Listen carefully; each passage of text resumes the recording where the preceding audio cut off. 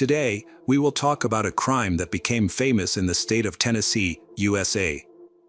Its victim became a household name, and an urban legend was formed about her. For many years, this story has been used to warn children. However, in reality, this story is full of lies and raises many questions.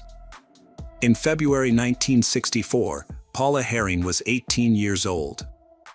The girl was a good student who had just entered the University of Tennessee in Knoxville. Life seemed to be just beginning for her.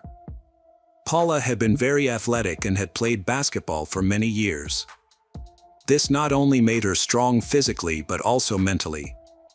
These qualities helped her withstand the strong blows of fate. She had lost her father 3 years earlier. Paula had always been a daddy's girl, so her father's death was shocking. Her mother, Eva Herring, a widow, immersed herself in her work as a nurse and willingly formed numerous acquaintances with men.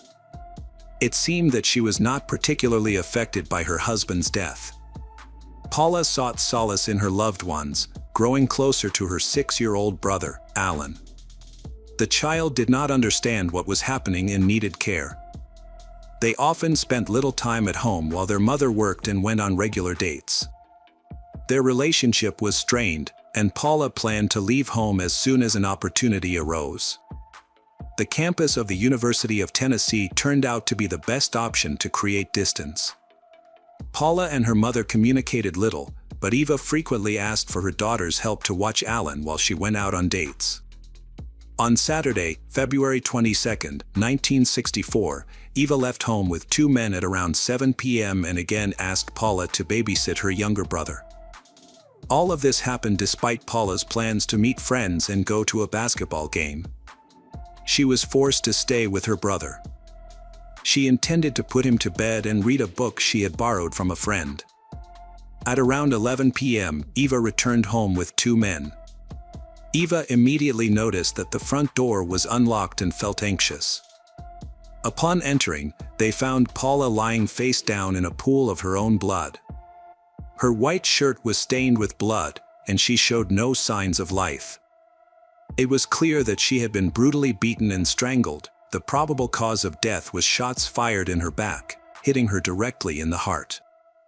The skirt of Paula was pulled up, suggesting abuse.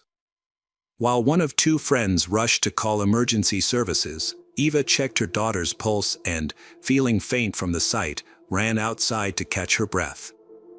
Meanwhile, the men did not return to the house, opting instead to flee the crime scene. Eva realized that it was too late to help her daughter, but quickly regained her composure when she remembered that her son Alan was not with her. Fortunately, the boy was found in the next room, merely sleeping. When he heard the adults screaming, he came out to investigate. He explained that he and his sister had been watching TV that evening, then he went to bed early. Before that, he noticed his sister received a phone call while sitting in the living room. The next morning, news of the crime spread rapidly and appeared on the front pages of newspapers. The community was shocked, especially given the context of the corruption in America at that time. Her death was linked to a series of abuses of vagrancy recorded in the area in the previous months. However, the local residents believed that the crimes were committed at a much higher level. They were convinced that someone from a criminal contingent was taking advantage of the authorities' powerlessness, leading to increased murders. Consequently, citizens pressured law enforcement agencies to act. By Sunday morning, news of Paula's murder had made headlines. On Monday, a witness arrived at the station to report that a man named John Clark had bragged at a bar on the night of the murder that he intended to go to Eva's house, asserting that he would confront Eva if she answered his call. He planned to bring 6 cans of beer and stated he would wait for Eva if Paula did not join him. Thus, the police had a prime suspect. John Clark, nicknamed Red because of the color of his hair, was the son of a judge who was also the leader of the Republicans in the Senate. John was considered the black sheep of the family. His other siblings had achieved great success in life. Some worked for the CIA, some had built careers in the army, and others were involved in real estate. In contrast, John had been unemployed for the past year and a half. many considered him a drunk and a loser. That same week, on Thursday, the mayor appeared on television during an official press conference, stating that the police were tracking the main suspect in the murder. However, he had not yet been arrested because there was no irrefutable evidence against him. Within an hour, the situation changed. After a meeting involving the prosecutor's office, detectives, and municipal representatives, suspicions were confirmed. By Friday morning, it was decided that there was enough evidence against the main suspect, and a warrant was issued for the arrest of John for first-degree murder and also for abuse. Following the trial, John Clark was found guilty of first-degree murder and sentenced to 30 years in prison. It may seem that the investigation proceeded too quickly, and indeed, this was the case. The incident involving Paula had become highly publicized, and authorities wanted to resolve it as swiftly as possible. After several decades, the armed forces finally began to ask key questions regarding a case that had seemingly been ignored at the time of the crime. However, it took more than 50 years to get closer to a solution. An impromptu investigation led a man named Michael Bishop to write a book about Paula's death, highlighting the story of how John Clark may have been framed. Bishop became interested in historical crimes committed in Nashville, an area so corrupt that there was more than enough material for investigation. Together with a friend, he started a project to catalog these interesting cases. He obtained a box of documents dated from the 1960s, which contained several folders labeled Paula Herring. He was amazed to find photographs from the sensational case that the police had conducted in those distant years, including crime scene photos and forensic reports from the morgue. The information indicated that Paula was the victim of a brutal murder, suffering from 3 gunshot wounds and 4 blunt force traumas to the head. She had been subjected to prolonged beating. Numerous defensive abrasions and bruises were found. Additionally, there were signs of strangulation on her neck. However, court documents only recorded 2 gunshot wounds. In this box, there was a note from Mr. Beverly Briley, who was actively involved in the case for reasons that appeared to stem from compassion, though the truth proved to be much more trivial. The processes and methods that the mayor used raised serious questions. Everything looked as if the interests of influential people were involved in this case. Michael began to delve into the circumstances of this tangled case. The closer he got to it, the more it resembled a web of lies. As it turned out, the then Mayor Beverly Briley was not just passively involved in the investigation of this crime, he played a significant role. It took time to understand his involvement. From the very beginning, he built his career on deception, starting with lies about his educational background, extending to his marital status and the existence of adult children, which he misrepresented to the Supreme Court. In truth, he was a notorious womanizer. Furthermore, rumors surrounded him regarding illegal substance use. These rumors arose because he periodically went to the hospital secretly, likely to deal with the effects of his systematic banned substance use without attracting media attention. While in a private clinic, he met 3 nurses. Gradually, these 3 women found themselves in an exclusive group they called the Drinking Club, which also included at least 2 detectives, the mayor, an assistant district attorney, and a sheriff. The exact number of members in this organization remained unknown, but it was clear that there were many more participants. They regularly met and used illegal substances. This is why Paula's mother and her friends became members of this organization. The nurses could obtain prescription drugs. However, there was immediate suspicion that this entire group might have been connected to the crime. Even Eva's interrogations raised questions. She doesn't give any direct answers. And one important point is that Paula was found after reading a book. Strangely enough, the book disappeared. But why would anyone take the book?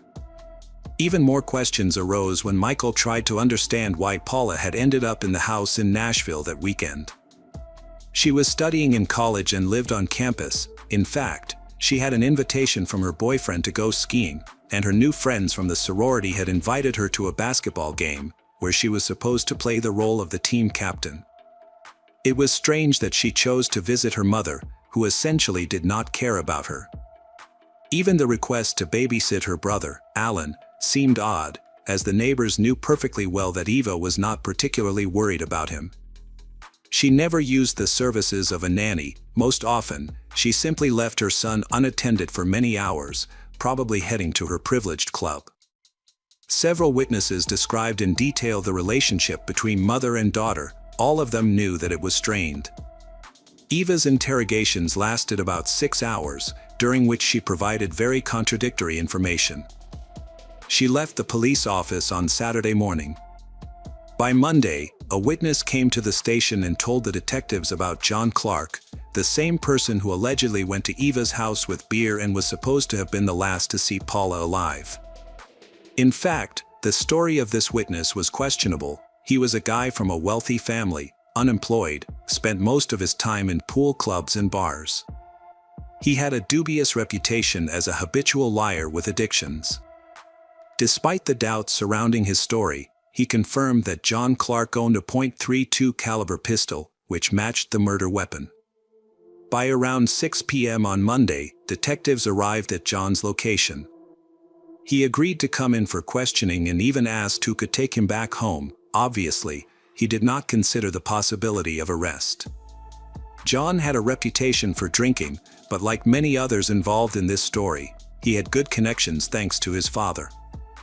John didn't really work anywhere. His family was supported by his wife, who worked as a school teacher. John was interrogated all night, and there were more than a few interrogators present. When asked to provide samples from under his fingernails to test for gunpowder, he refused, as he did with the polygraph test. He only agreed to a full-body search. Not a single scratch or bruise was found on him. In 1966, no DNA tests existed, making it impossible to identify the skin particles found under the victim's fingernails. John confirmed that he owned a .32 caliber pistol, but it had been either stolen or lost 10 days before he visited the police station.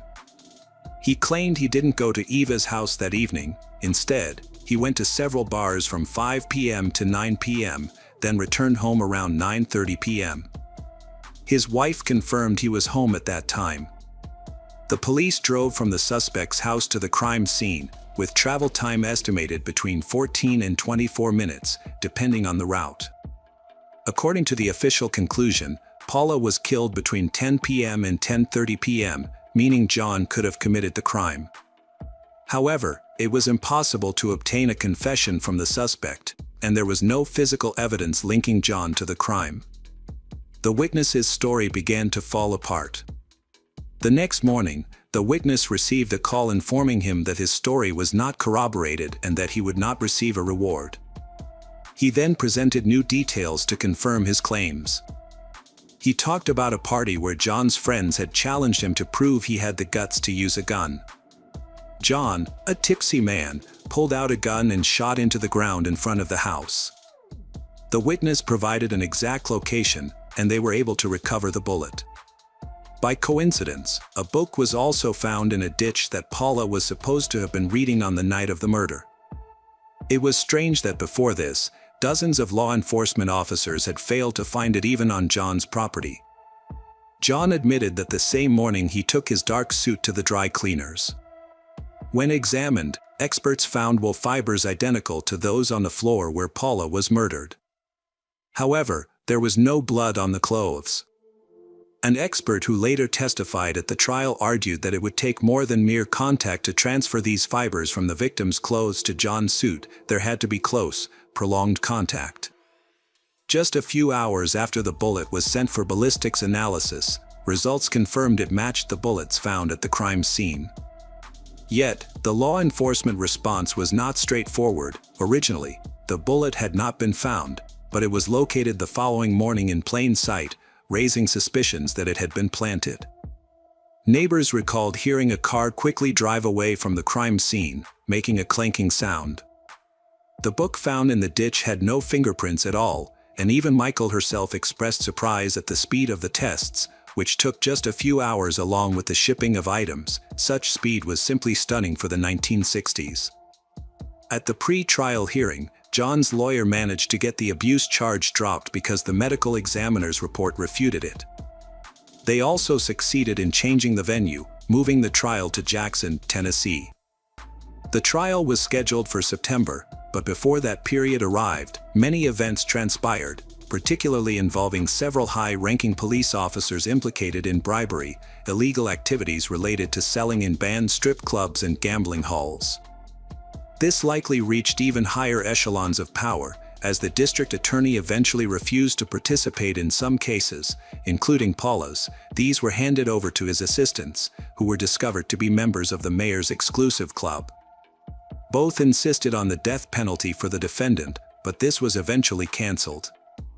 John was facing only life imprisonment. The judge decided that the trial would take 5 days. This decision seems strange given that the whole case was built entirely on circumstantial evidence. Not only were fingerprints missing, but even the murder weapon was absent. Some of the material evidence used by the prosecution seemed to have no relation to what happened during the case. The jury was isolated to prevent them from accessing information about the case from the outside. In fact, the judge, prosecutor, and lawyers seemed to be on the same team from the very beginning, so even the most absurd decisions met with no resistance. Naturally, under these circumstances, John had no chance. It was later discovered that the prosecutor was Eva Herring's former lover, and it turned out that her lawyer was also her lover. Interestingly, when John was summoned, he admitted that he had slept with Eva days before the murder of her daughter. John clearly remembered coming to his mistress's house with a gun. But he later forgot about the gun because he had been drinking that evening and simply forgot what happened. One day, Eva's husband was found dead. Curiously, shortly before these events, a life insurance policy had been issued. After receiving money for it, Eva bought a house where, 3 years later, her own daughter died. Since John was also her lover, it was obvious that she had dirt on him. The most controversial point was the number of gunshot wounds. Paula was actually wounded 3 times, 2 bullets that were discussed passed through her. One of them were found under her body on the floor, while the third wound may not have been mentioned because it did not penetrate, and the bullet remained in her body. It was revealed that Paula's autopsy was not performed. In fact, the forensic experts stated that it was unnecessary since it was obvious she died from a couple of gunshot wounds that pierced her heart. However, it seemed that the autopsy was never conducted because the bullet found in her body could point to the real culprit of the crime and justify John. Strangely, Eva discovers her husband has died in similarly unclear circumstances, and his death is ruled to end one's own life due to a prescription drug overdose. Now it looked even more suspicious. Weren't there too many coincidences that one woman had 2 people die in her family under strange circumstances? According to Eva's confession, her husband left a suicide note, but for some reason, it was not mentioned anywhere. Eva claimed that she lost it. She stated that her husband had become depressed due to losing his job. She also suggested that the nurse had simpler access to prescription drugs than her husband. Which means Eva could have poisoned him, involving the highest echelons of power. Members of Eva's drinking club gathered, and naturally, this information did not appear at the trial. According to everyone more acquainted with the circumstances of the crime, Eva and her accomplices should have been in the dock in John's place, both for the murder of her daughter and for her husband's voluntary departure from life. After 5 days, as decided in advance, the hearings ended, and the jury went to deliberate the verdict. As expected, they found John Clark guilty of first-degree murder, and he was sentenced to 30 years imprisonment. At that moment, the defendant lost consciousness and came to a few moments later, asking what had happened. Several appeals followed, and after the next one was filed, the same lawyer represented John. Despite his dissolute lifestyle and drunkenness, John himself seemed to be the most decent person among all the defendants in the case. Probably out of guilt, his lawyer became the only person from the entire group who was tormented by his conscience. Thanks to good renovation, John served only 9 years out of the required 30. His sentence was given in 1975, and he was released on parole. Later, he died insisting on his innocence. In January 1979, a series of pardons was initiated by the new mayor. He released 52 civil servants who had been jailed after numerous high-profile trials, including 20 convicted of murder. Subsequently, all these individuals became members of various political parties, and some even became FBI agents. During this period, the mayor himself was under investigation, particularly after an incident in 1977 when he fired a female chair of the council for refusing to release prisoners suspected of bribing officials. It was later revealed that the woman had been correct in her suspicions, but no action was taken against the mayor.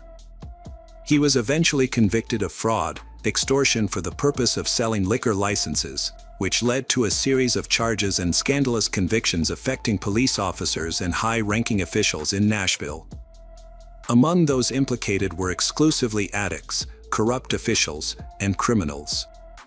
A private club was uncovered, where nurses were found to have stolen prescription drugs from the hospital. Eva was fired from a private clinic due to her addiction to substances. The circumstances surrounding her daughter's death remain a mystery, as well as the voluntary departure of her husband from her life, are unknown. The participants and organizers took their secrets to the grave.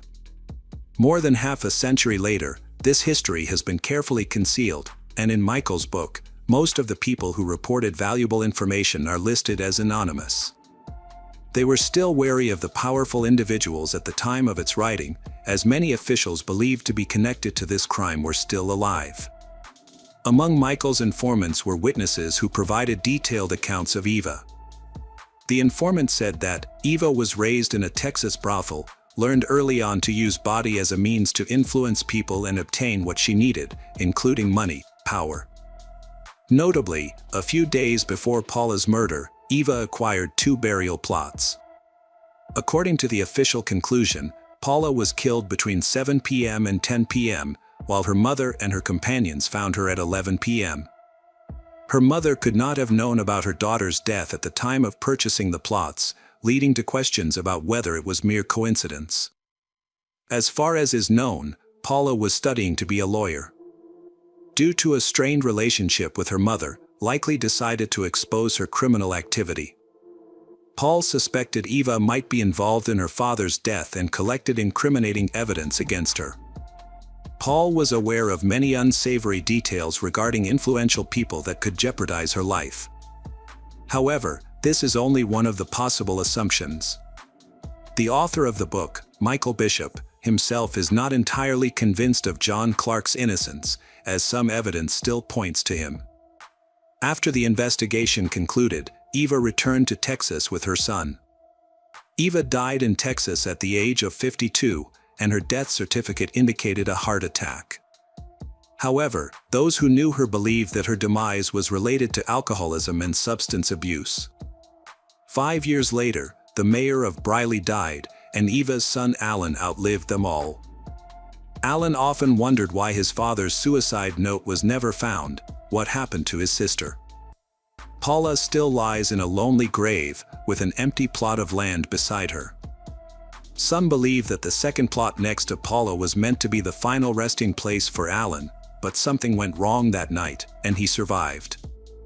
This case generated a lot of publicity, leading Eva Herring to involve her powerful lovers in the investigation, including the mayor, who found a convenient suspect in John Clark. However, this is merely a theory that can never be confirmed or refuted. The Paula Herring case remains one of Tennessee's most haunting mysteries, its legacy etched in an urban legend urging children to lock their doors. While John Clark's conviction appeared to close the chapter, Michael Bishop's investigation decades later exposed troubling gaps in the evidence, suggesting a rush to judgment possibly tainted by corruption. The truth about Paula's death, Eva's role, and the shadowy figures allegedly involved may never fully emerge, leaving only questions and a lingering sense of justice unserved. Paula's story endures as a cautionary tale, not just of crime, but of how lies and power can obscure the pursuit of truth. Hello everyone, today we will learn about another case. The case of Fernando Pastorizo. A young couple in love found themselves in a toxic relationship that ended in tragedy. The investigation revealed that the situation was more complicated than it appeared, with disturbing secrets emerging. Nahir Galarza was born on September 11, 1998, in Gualeguaychú, Argentina, a city of about 100,000 residents known for its vibrant carnivals and its proximity to Uruguay. From a young age, Nahir was sociable and cheerful. She had a younger brother, who was 3 years her junior. Unlike Nahir, her younger brother faced developmental challenges and struggled with learning, eventually receiving a diagnosis of a disability. Nahir excelled in school and found learning languages easy. Their family was considered exemplary and happy, maintaining a well-organized home life. Their mother emphasized cleanliness, and Nahir developed a strong obsession with order, tidiness, and the habit of washing hands regularly. Her father was a police officer, and while the parents were strict, they indulged their children. Nahir aspired to become a lawyer, and after finishing high school, enrolled in the law program at Concepción del Uruguay University. She was also passionate about sports, play field hockey, engaging in daily training and massages to stay fit, and she enjoyed a vibrant social life filled with friends and parties. In 2012, when she was 14, Nahir met 15-year-old Fernando Gabriel Pastorizo at a bowling alley. Fernando, born on January 3, 1997, in Gualeguaychú, Argentina, was a cheerful and active young man from a respectable family who loved animals.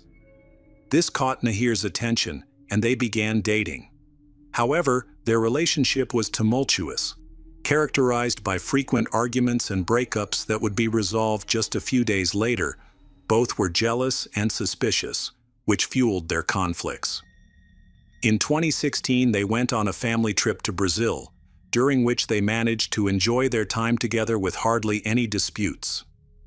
It seemed like their relationship was improving, but issues continued to arise, and they still had cycles of arguing, breaking up, and reconciling. On Christmas Eve 2017, both Nahir and Fernando attended a party, but they arrived separately with their friends after having fought earlier.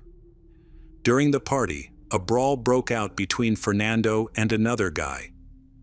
The exact reason for the fight remains unclear, as Nahir, Fernando, and their friends provided conflicting explanations. Fernando claimed he was severely beaten, while Nahir stated that Fernando became jealous of her and started the altercation with the guy. On December 28, 2017, Nahir went for a massage. After her session, she discovered that her phone was dead. Remembering that she had left her charger at Fernando's home, she decided to go there and stayed the night. The next morning, Fernando drove her home on his motorcycle. Unfortunately, at dawn, a taxi driver discovered Fernando bleeding and called the police and an ambulance. By the time the ambulance arrived, it was too late. Fernando had died. The police discovered that he had been attacked twice near his motorcycle. News of the incident spread quickly, and at 7 a.m., Nahir, just waking up, learned about it. She posted a picture of them together on her social media, writing, "5 years together, quarrels and breakups, reconciliations, but always with love. I love you forever, my angel." Fernando's mother called Nahir to ask what had happened, but Nahir was unsure. Meanwhile, the police began gathering evidence at the crime scene and launched a murder investigation. Initially, they thought it might be a robbery, but this theory was ruled out since Fernando's money had not been taken. The area was typically calm and safe, with a low crime rate, raising questions about who could have killed Fernando and why. Investigators discovered that Fernando had been attacked with a 9mm pistol, a type of weapon usually used by police. This raised suspicions that a police officer might be involved. It was established that Fernando was first shot from behind at close range, likely by someone who approached him unnoticed. The assailant then moved in closer and shot him in the heart. Could the attacker have been someone he knew? This possibility was reinforced by the discovery of a second helmet at the scene. The police began reviewing surveillance footage from the area and saw a girl leaving the scene at 5:22 a.m., but her face was not visible. Nahir soon became a suspect and was summoned to the police station for questioning. During the interview, she confidently claimed that Fernando had driven her home that night. She stated that she showered, went to bed, and later woke up to the news of the tragedy. She expressed her sorrow for Fernando in a social media post. Nahir appeared very distressed and was crying, leading the investigators to have no further questions for her. The police decided to interrogate Nahir's father, Marcelo Galarza, who is a police officer. He initially claimed he didn't know anyone named Fernando, but this was later proven false when photos from their trip to Brazil surfaced, showing them together. It became clear that Nahir's father was well acquainted with Fernando, leading to questions about why he lied.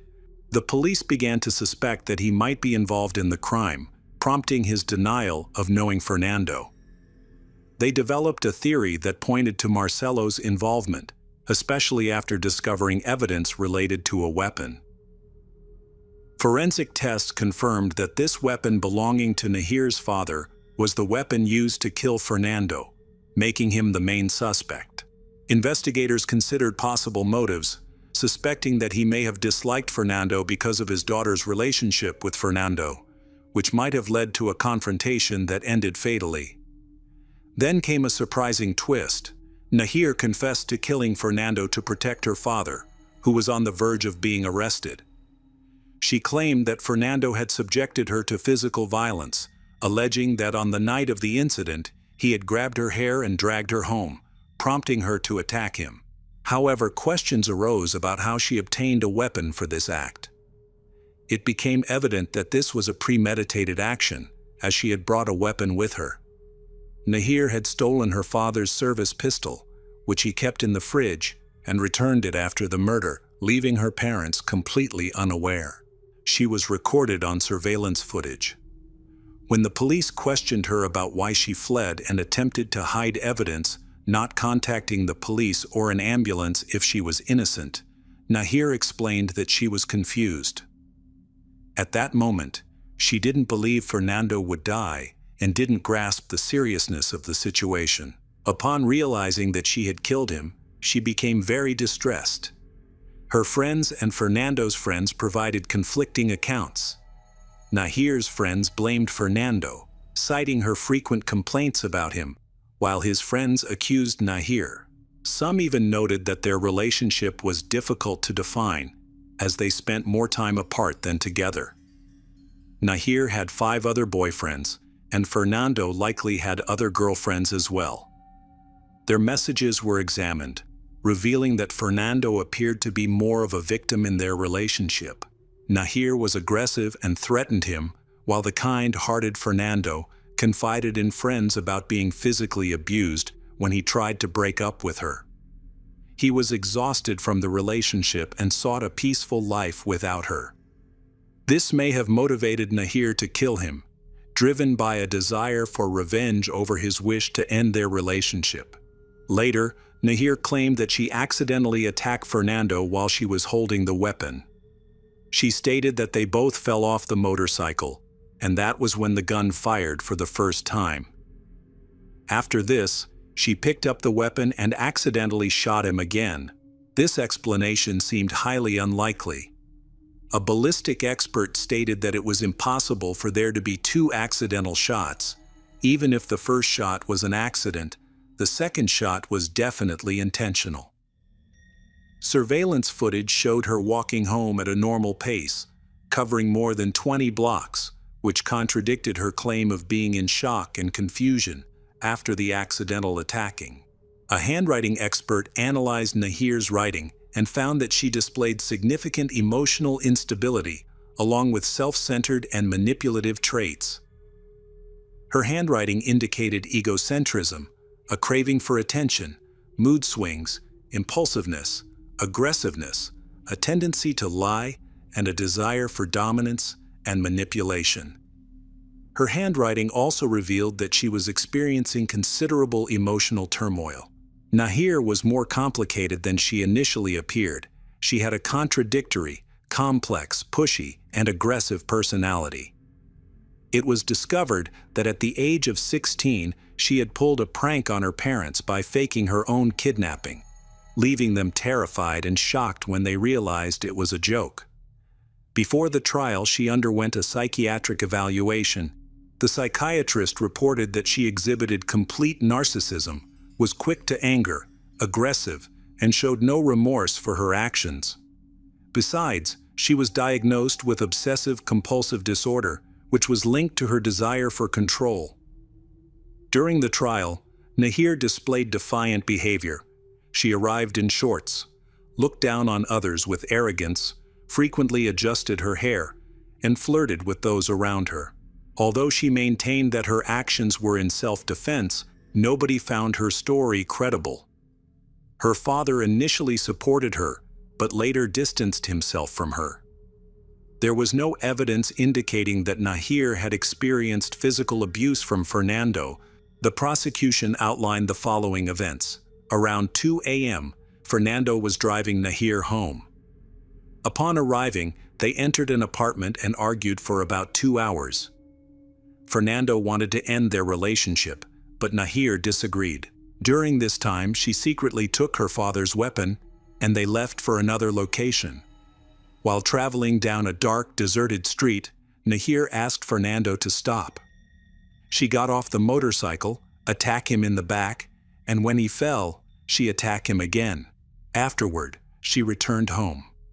Once there, she took a shower to clean off the blood and gun residue from her hands, returned her father's gun to the fridge, changed her clothes, and went to sleep.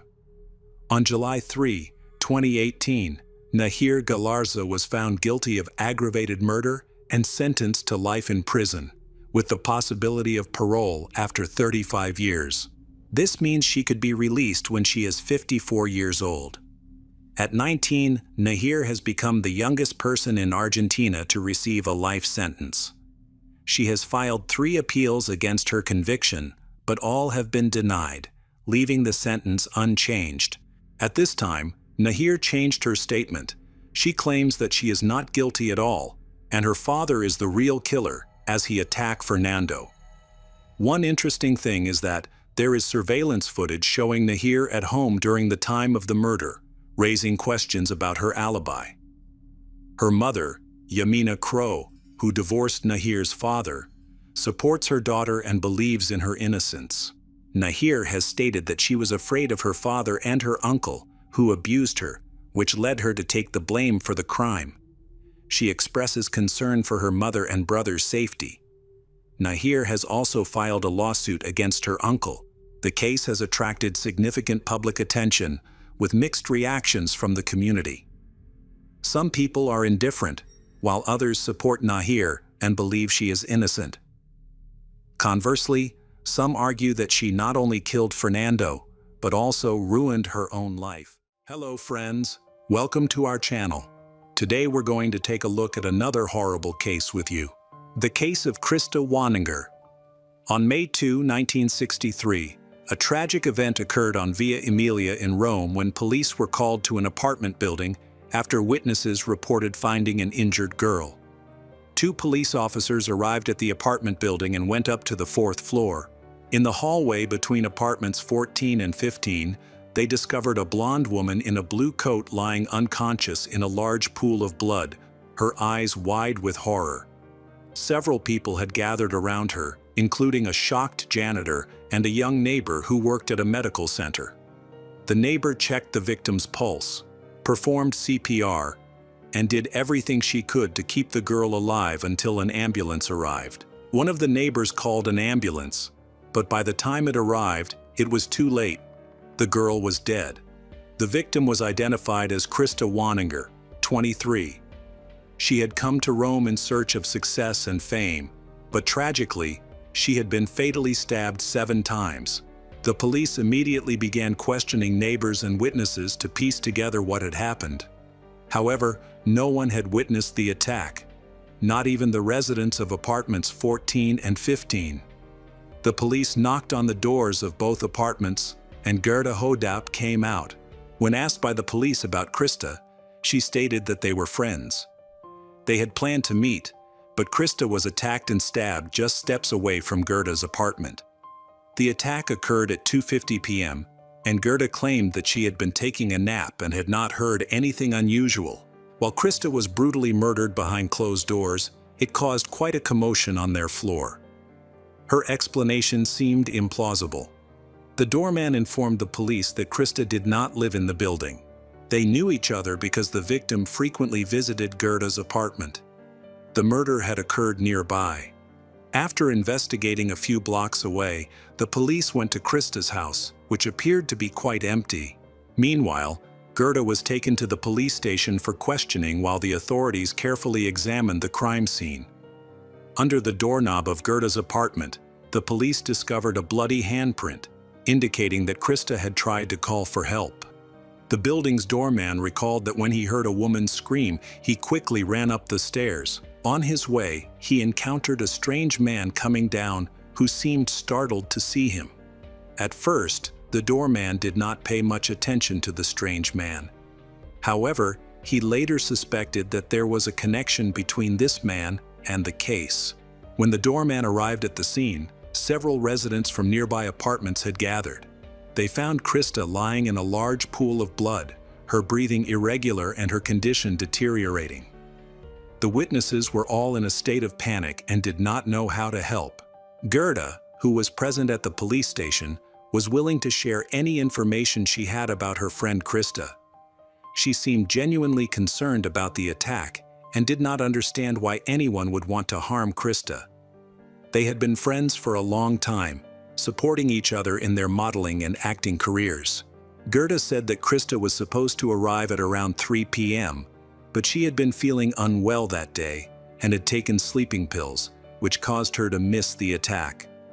Although Gerda spoke about her sleep problems, she could not remember the name of the pills she had taken or explain why she had not canceled her meeting with Krista despite having gone to bed. The police found Gerda's story suspicious. Krista had suffered serious injuries, including 7 stab wounds, 3 of which were in the chest. The attacker had used a large knife to assault Krista, leaving her unable to be saved. In addition, Krista had several defensive wounds on her arms. The forensic expert observed that all of the wounds appeared to have been inflicted from above, indicating that the attacker was tall. In interviews with witnesses, it was confirmed that a man, described as unknown, had fled the scene shortly before the police arrived. Several people, including the concierge, reported seeing a tall man in a blue jacket leaving the building shortly after the attack. Using the descriptions of the witnesses, a composite sketch was created and subsequently published in newspapers and broadcast on television. The police reconstructed the timeline of events, determining that Krista left her apartment at approximately 2 p.m. and planned to return at 5 p.m. Before the appointment, she had visited a friend. About 30 minutes later, she arrived at Gerda's house, took the elevator to the 4th floor, and was attacked on the stairs. It is believed that the attacker knew Krista and was waiting for her. Police initially suspected her friend Gerda because of her strange behavior during the attack. A neighbor reported that she had called Gerda's apartment and heard someone moving around behind the door, but no one answered, perhaps out of fear. The police suspected that Gerda was withholding information. Gerda insisted that no one rang the doorbell until the police arrived and claimed that she had heard nothing until the police knocked. Krista's murder in broad daylight in central Rome caused a media frenzy. The police hoped to gather useful information from the public, but the widespread attention also led to rumors spreading rapidly. The police received dozens of statements, most of which were complex, while others simply restated what was already known. They investigated all known criminals with a history of knife attacks, focusing not only on those who might be hiding in Rome, but also checking neighboring cities, although this effort was fruitless. In the midst of these events, a wave of panic spread throughout the community. People became increasingly afraid to go out, and the police station was flooded with angry calls from locals urging them to arrest the person responsible for Krista's attack. Some callers even made threats to the police, demanding action to ensure the safety of the streets. Meanwhile, Gerda maintained her innocence, calling the police's suspicion of her an insult. The police began to explore other leads, focusing especially on those close to Krista. There were many indications that the perpetrator was connected to Krista, leading the police to believe that the attack may have been motivated by jealousy or personal animosity. Therefore, they looked into the relationships Krista had formed since moving to another country. One notable individual was Krista's boyfriend.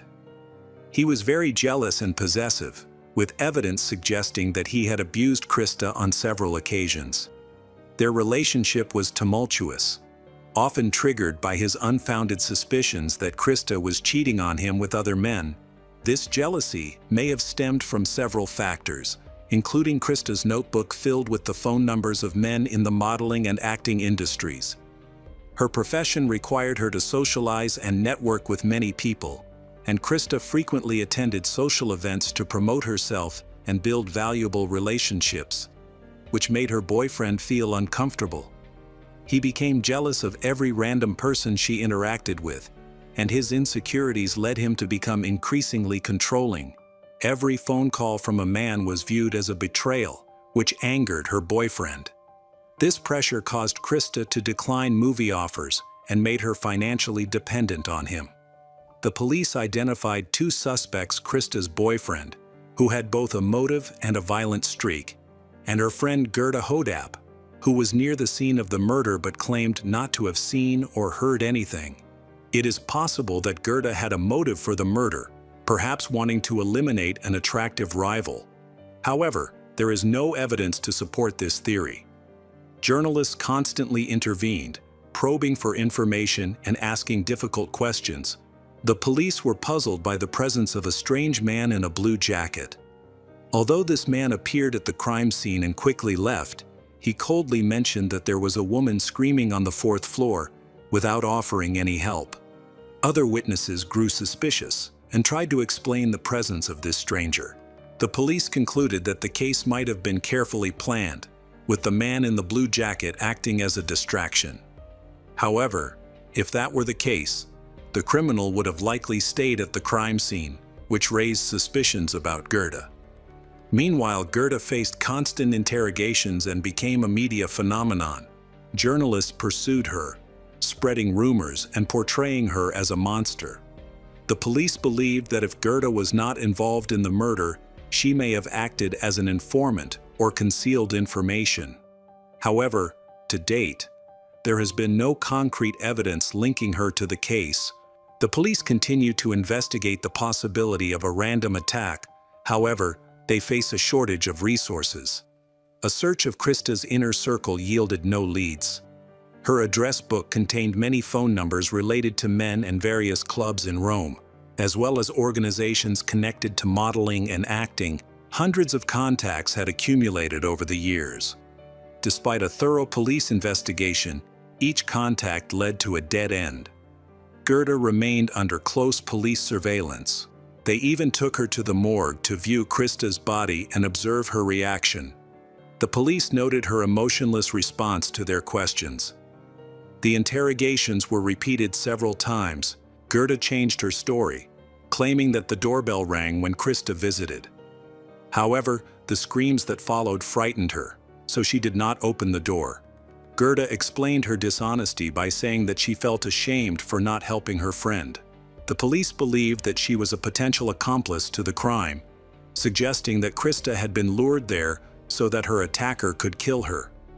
Ultimately, the police were unable to obtain a confession that would identify Gerda as the killer, and at most, she could be considered an accomplice.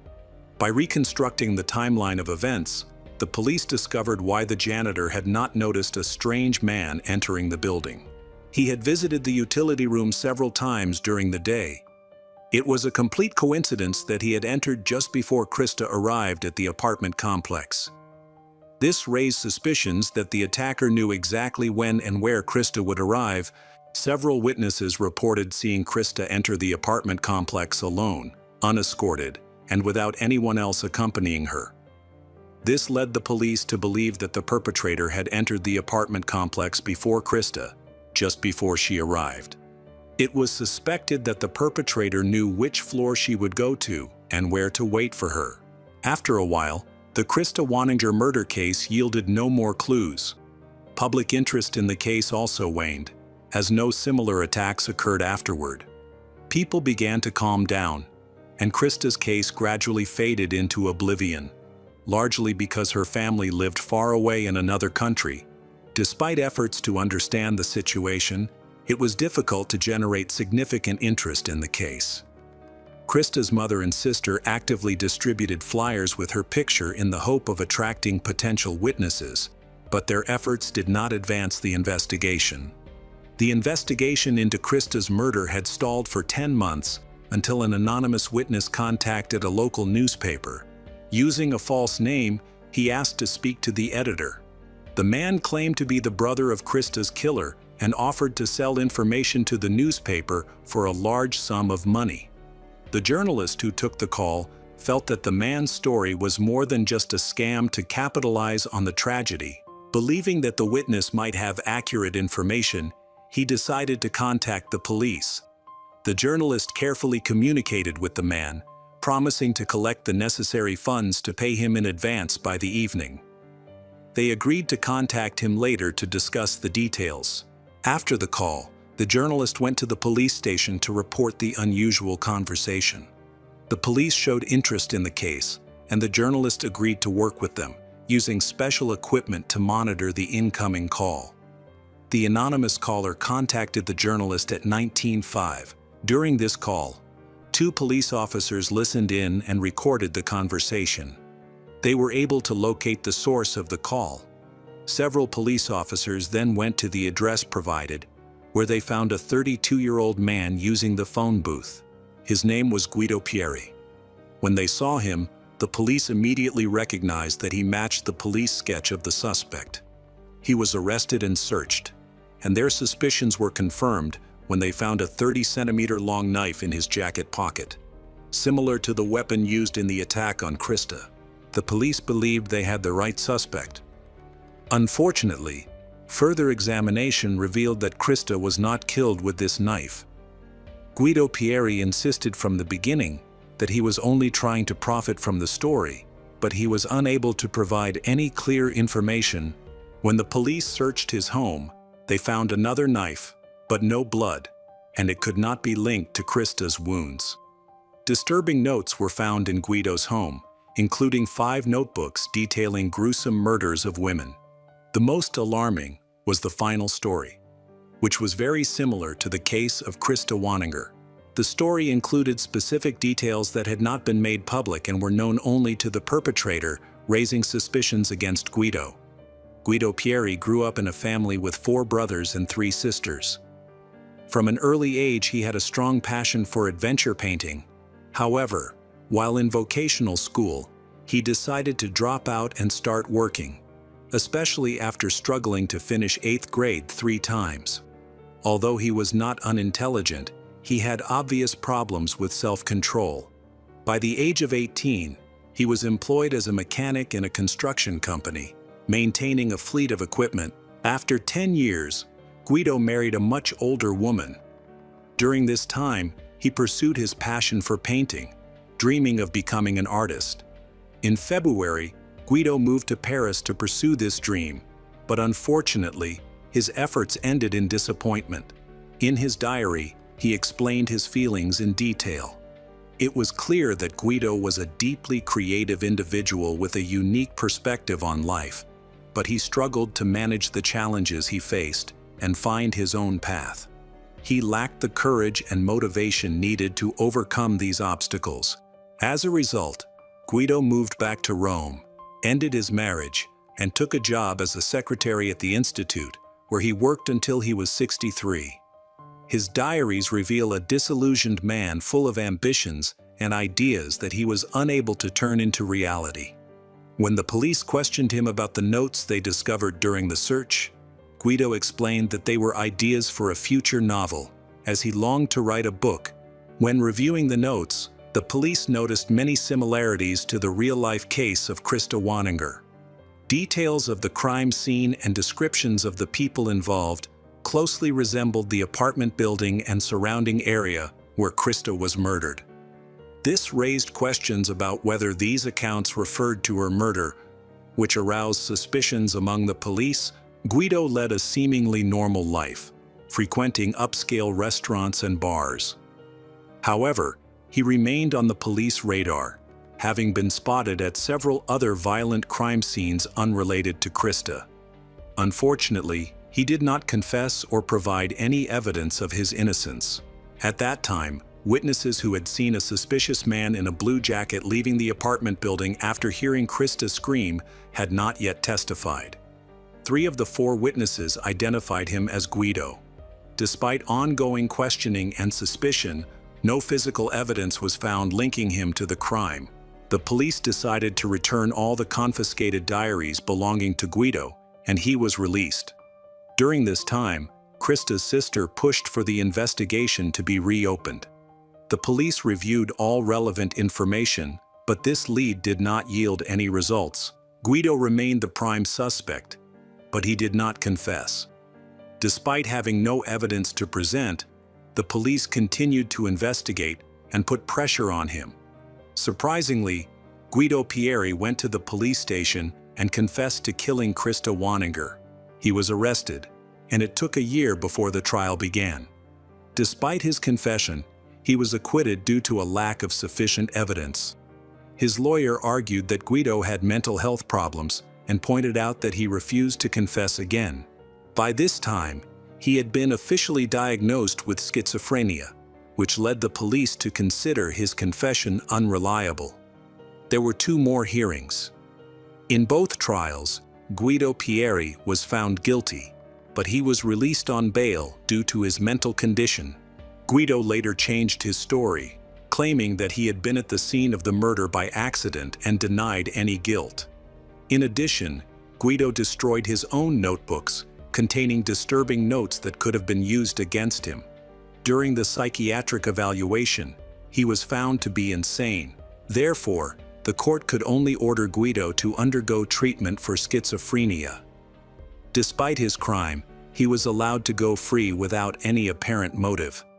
For a long time, he was considered a threat to society, but there was not enough evidence to prove it. He was eventually released and deemed harmless, much to the shock of Krista's family.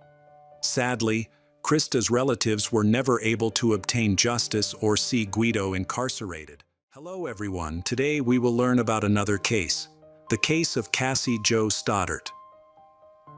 We will explore the tragic story of Cassie Jo Stoddart, a high school senior from Pocatello, Idaho, whose murder was influenced by the movie Scream. Let's go back to 2006, when the Scream franchise was at its peak. Even though the first film was released in 1996, long before Cassie's murder. Cassie was an honor student at her high school in Pocatello. She attended classes with her boyfriend, Matt Beckham, and her friends, Brian Draper and Tori Adamczyk, and they often spent their free time together. Cassie was a beautiful young girl with long, flowing dark hair, embodying both beauty and intelligence. In a 2016 interview with Idaho Magazine, Cassie's brother Andrew Stoddart described her as artistic, with a passion for drawing and music. She was a great role model and a typical girl. Cassie's classmates and friends, Brian and Tori, were very interested in the horror movie Scream and other similar films. They also enjoyed making their own videos, with Brian often filming Cassie. Eventually, Brian and Tori began recording discussions about murders. In one recording, Brian said, "We've already found a victim, and maybe it's our girl. You know, we need a sacrifice, and we have to go for it. She will be the first on the list. She'll be all alone in a big dark house."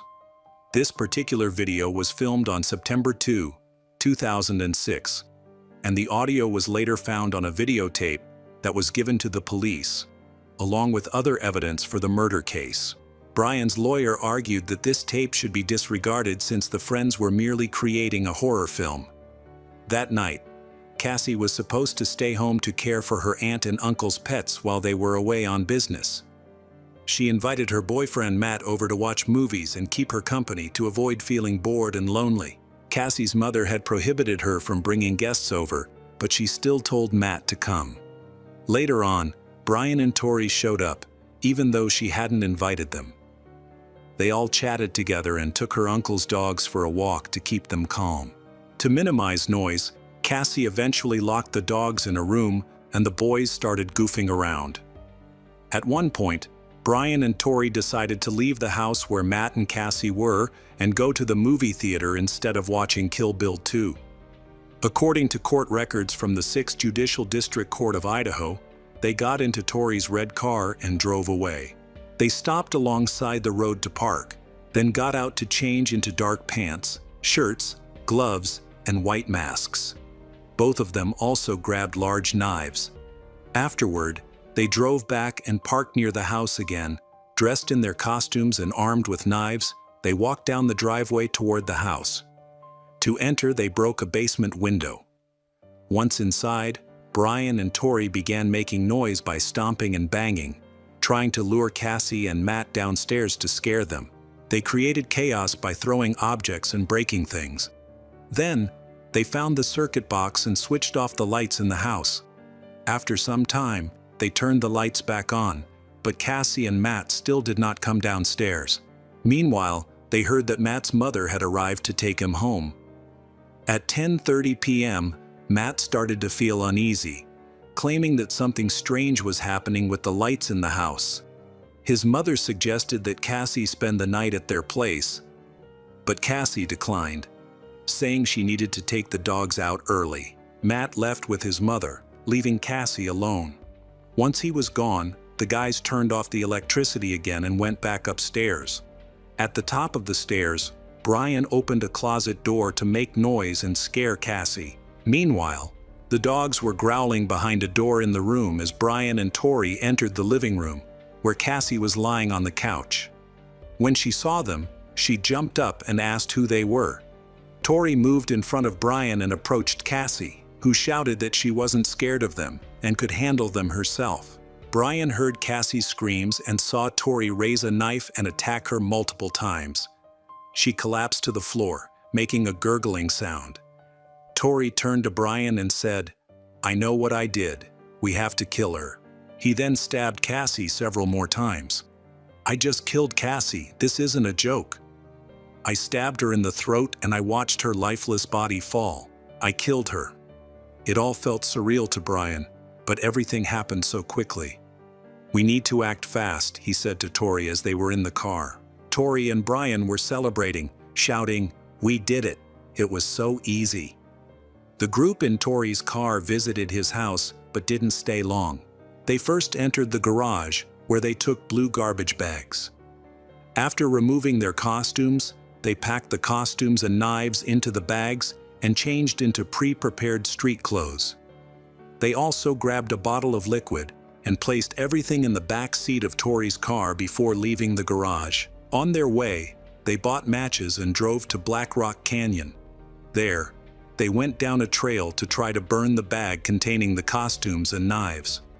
However, the liquid wasn't very flammable, so the items wouldn't catch fire.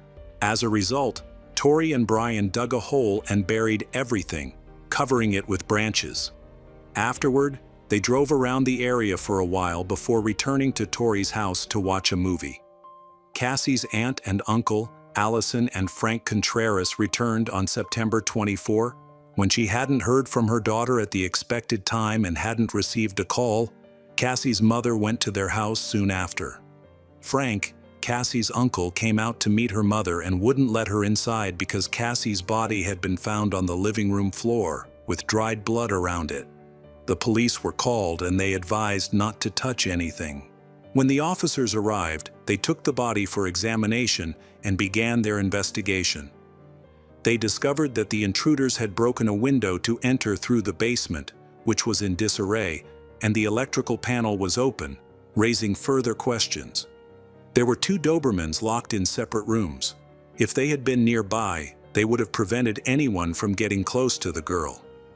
This raises the question of why Cassie locked them up, as a stranger would not have been able to do so. The autopsy showed that Cassie died from multiple stab wounds, 26 in total, with at least 9 being fatal.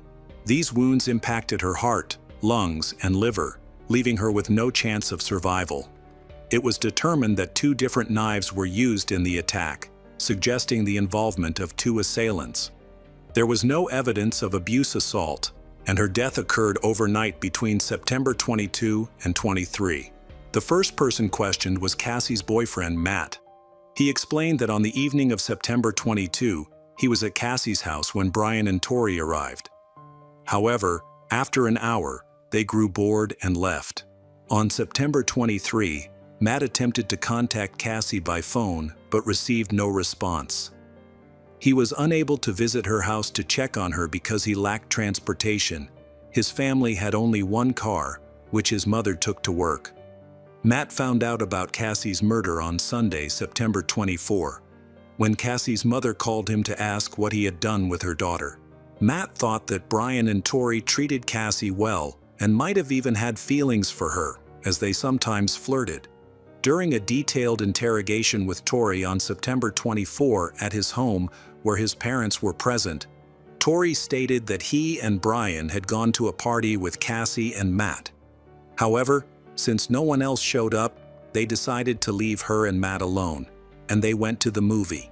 When asked for more details, Tori could not recall any specifics about the movie they claimed to have watched, only mentioning that after the movie, he and Brian returned home.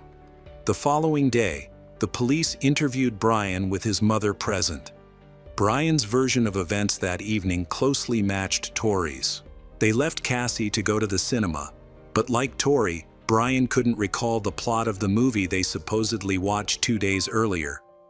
He expressed distress upon hearing about Cassie's death and had trouble accepting that she was gone.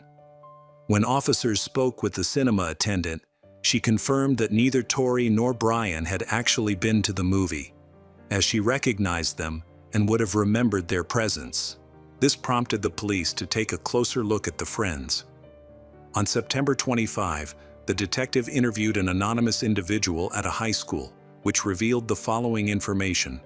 Tori and Brian had a strong fascination with knives, guns, and horror movies.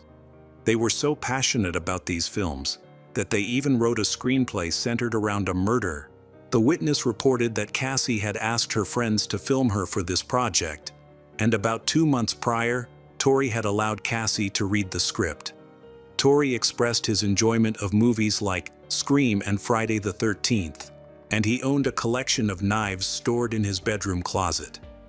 Additionally, he had created a glove similar to the one seen in A Nightmare on Elm Street. The witness also noted that Tori bragged about being capable of committing the perfect crime, attributing this confidence to his extensive viewing of murder films and his habit of taking notes on evading capture.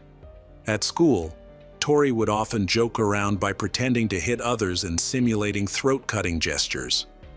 On September 22, 2006, Tori had invited this witness to Cassie's party, but she declined. Furthermore, the police found out that Tori had been in love with Cassie for the past 2 to 3 years. On September 27, 2006, Brian and Tori were arrested and charged with first-degree murder and conspiracy to commit murder. Although they were minors at the time, they were charged as adults. During the interrogation, Tori broke down in tears and confessed that Brian was responsible for the crime. In response, Brian accused Tori, claiming Brian was present at the scene but did not take part. He insisted that their intention was only to scare Cassie, not to kill her. However, Brian later admitted that he had struck Cassie at Tori's command. He also led investigators to the locations where they burned their costumes and buried the unburned items. The police excavated the area and discovered 2 masks, clothing, shoes, and knives. Tori and Brian had removed their socks and buried everything since the clothing and shoes were covered in blood. They had planned to change outfits beforehand. Most notably, the police found a videotape at the bottom of the pit that provided undeniable evidence of the crime. The 40-minute recording showed Tori and Brian painting masks they had bought from a store. Later in the video, they recorded a message to future serial killers, wishing them success and discussing their plans to target Cassie and her boyfriend, Matt. Fortunately, Matt's mother insisted he go home that day, which ultimately saved him. The tape also featured an interview that Tori conducted with Cassie and Matt on the afternoon of September 22, during which he indicated on screen that the two would soon be killed.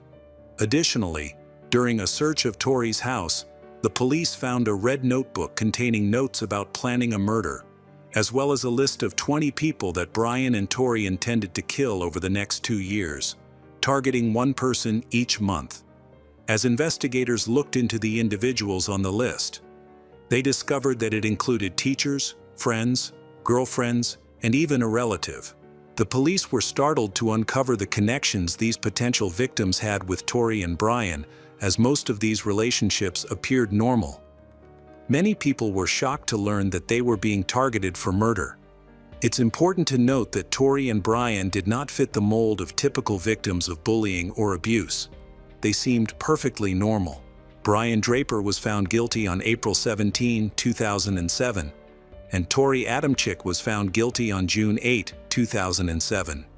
On August 21, 2007, both received mandatory life sentences without the possibility of parole for first-degree murder, and an additional 30 years for conspiracy to commit murder. They began serving their sentences in a correctional facility in Idaho. The verdict upset the families of both Tori and Brian, who had hoped for leniency due to their young ages. Tori's relatives were especially outraged. In 2010, the attorneys for Brian and Tori filed separate appeals to the state Supreme Court, but both were denied. Tori's family continued to seek changes to his sentence for over a decade. Ultimately, in 2017, Tori Adamczyk lost the final court case that could have affected his sentence, ensuring that both Tori and Brian would spend the rest of their lives in prison. Hello friends, welcome to our channel. Today we're going to take a look at another horrible case with you, the case of Orville Fleming. Sarah June Douglas was born on August 4, 1987 in Sacramento, California, into a family with 5 siblings. As a child, she was a sweet, sociable, and cheerful girl with a deep love for nature. She had a particular fondness for animals, especially dogs and birds, and enjoyed spending time in the garden planting and caring for plants. However, her teenage years marked a dramatic change. Sarah became rebellious and mischievous, dropped out of school, abandoned her previous hobbies, and began spending most of her time with friends and attending parties. At the age of 19, she entered into a tumultuous relationship with a man and eventually became pregnant. In 2007, at the age of 20, Sarah gave birth to a son. Unfortunately, the child's birth did not resolve the conflicts between Sarah and her boyfriend, and they eventually decided to separate. Sarah had to adapt to life as a single mother with no formal education or career while taking care of her child. Over time, making ends meet became increasingly difficult, as finding a steady job that could support both her and her son proved to be a challenge. Although her mother and sister provided some support, Sarah continued to struggle financially. Eventually, she turned to providing intimate services on escort websites. Her sister described Sarah as a good person who made poor decisions, and this was one of the worst. While Sarah was able to alleviate her financial difficulties, this choice also exposed her to new and far more dangerous problems. After spending a few years working in the escort industry, Sarah met Orville Fleming, who provided financial stability and a secure home. Wanting to ensure a better future for her son, Sarah saw Orville as the salvation she had been hoping for. Orville Fleming, born on June 26, 1958 in California, had lived what appeared to be an exemplary life for over 30 years. He was a husband, father, and a dedicated firefighter with over 24 years of service. Due to his outstanding performance and leadership skills, Orville became a battalion chief. Orville also worked as an instructor at the fire academy. His career was flourishing, and his impeccable record qualified him for a substantial pension. Many considered Orville and Megan Fleming, his wife, who had been married for 30 years, to be the epitome of a successful, typical American couple. Together, they raised 2 children who had grown into responsible, successful adults. However, behind his seemingly perfect life, Orville was hiding a dark secret.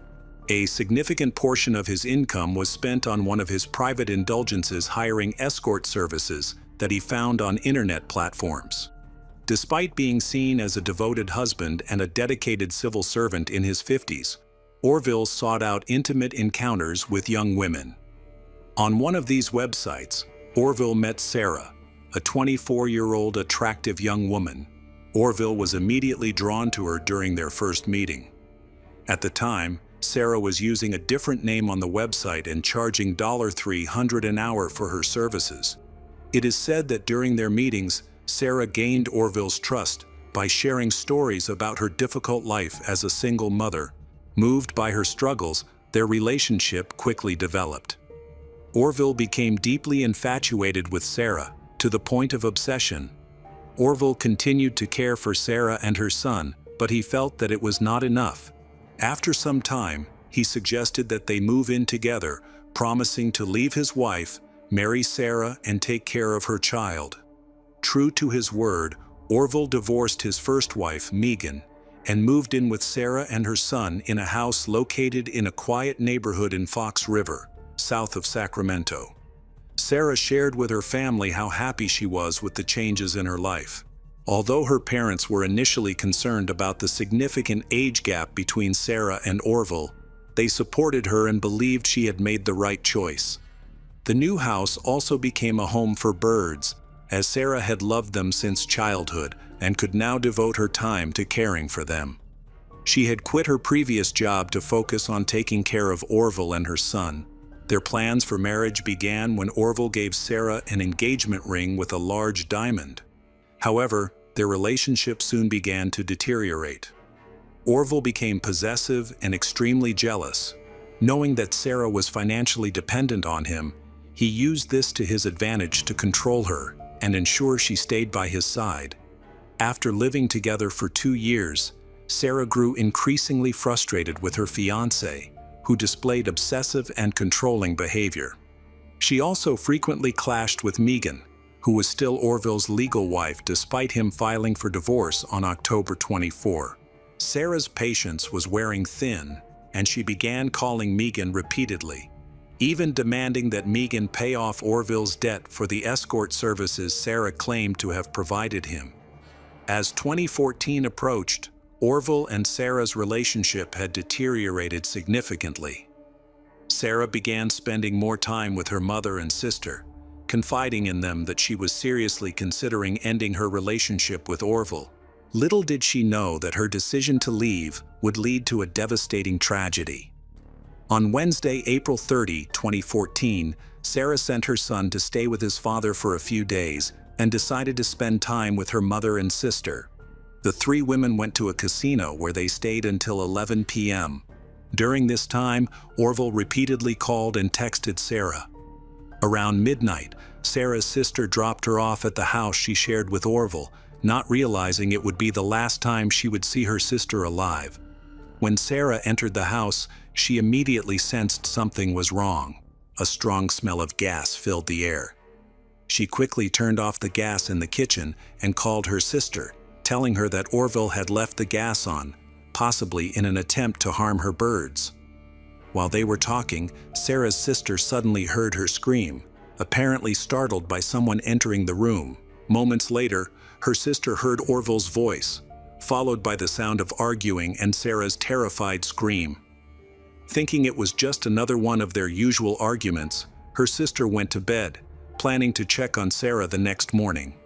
The next morning, Sarah's sister tried calling her several times but received no response. At 8 a.m., Sarah's sister and aunt decided to go to her house. They knocked on the door, but no one answered.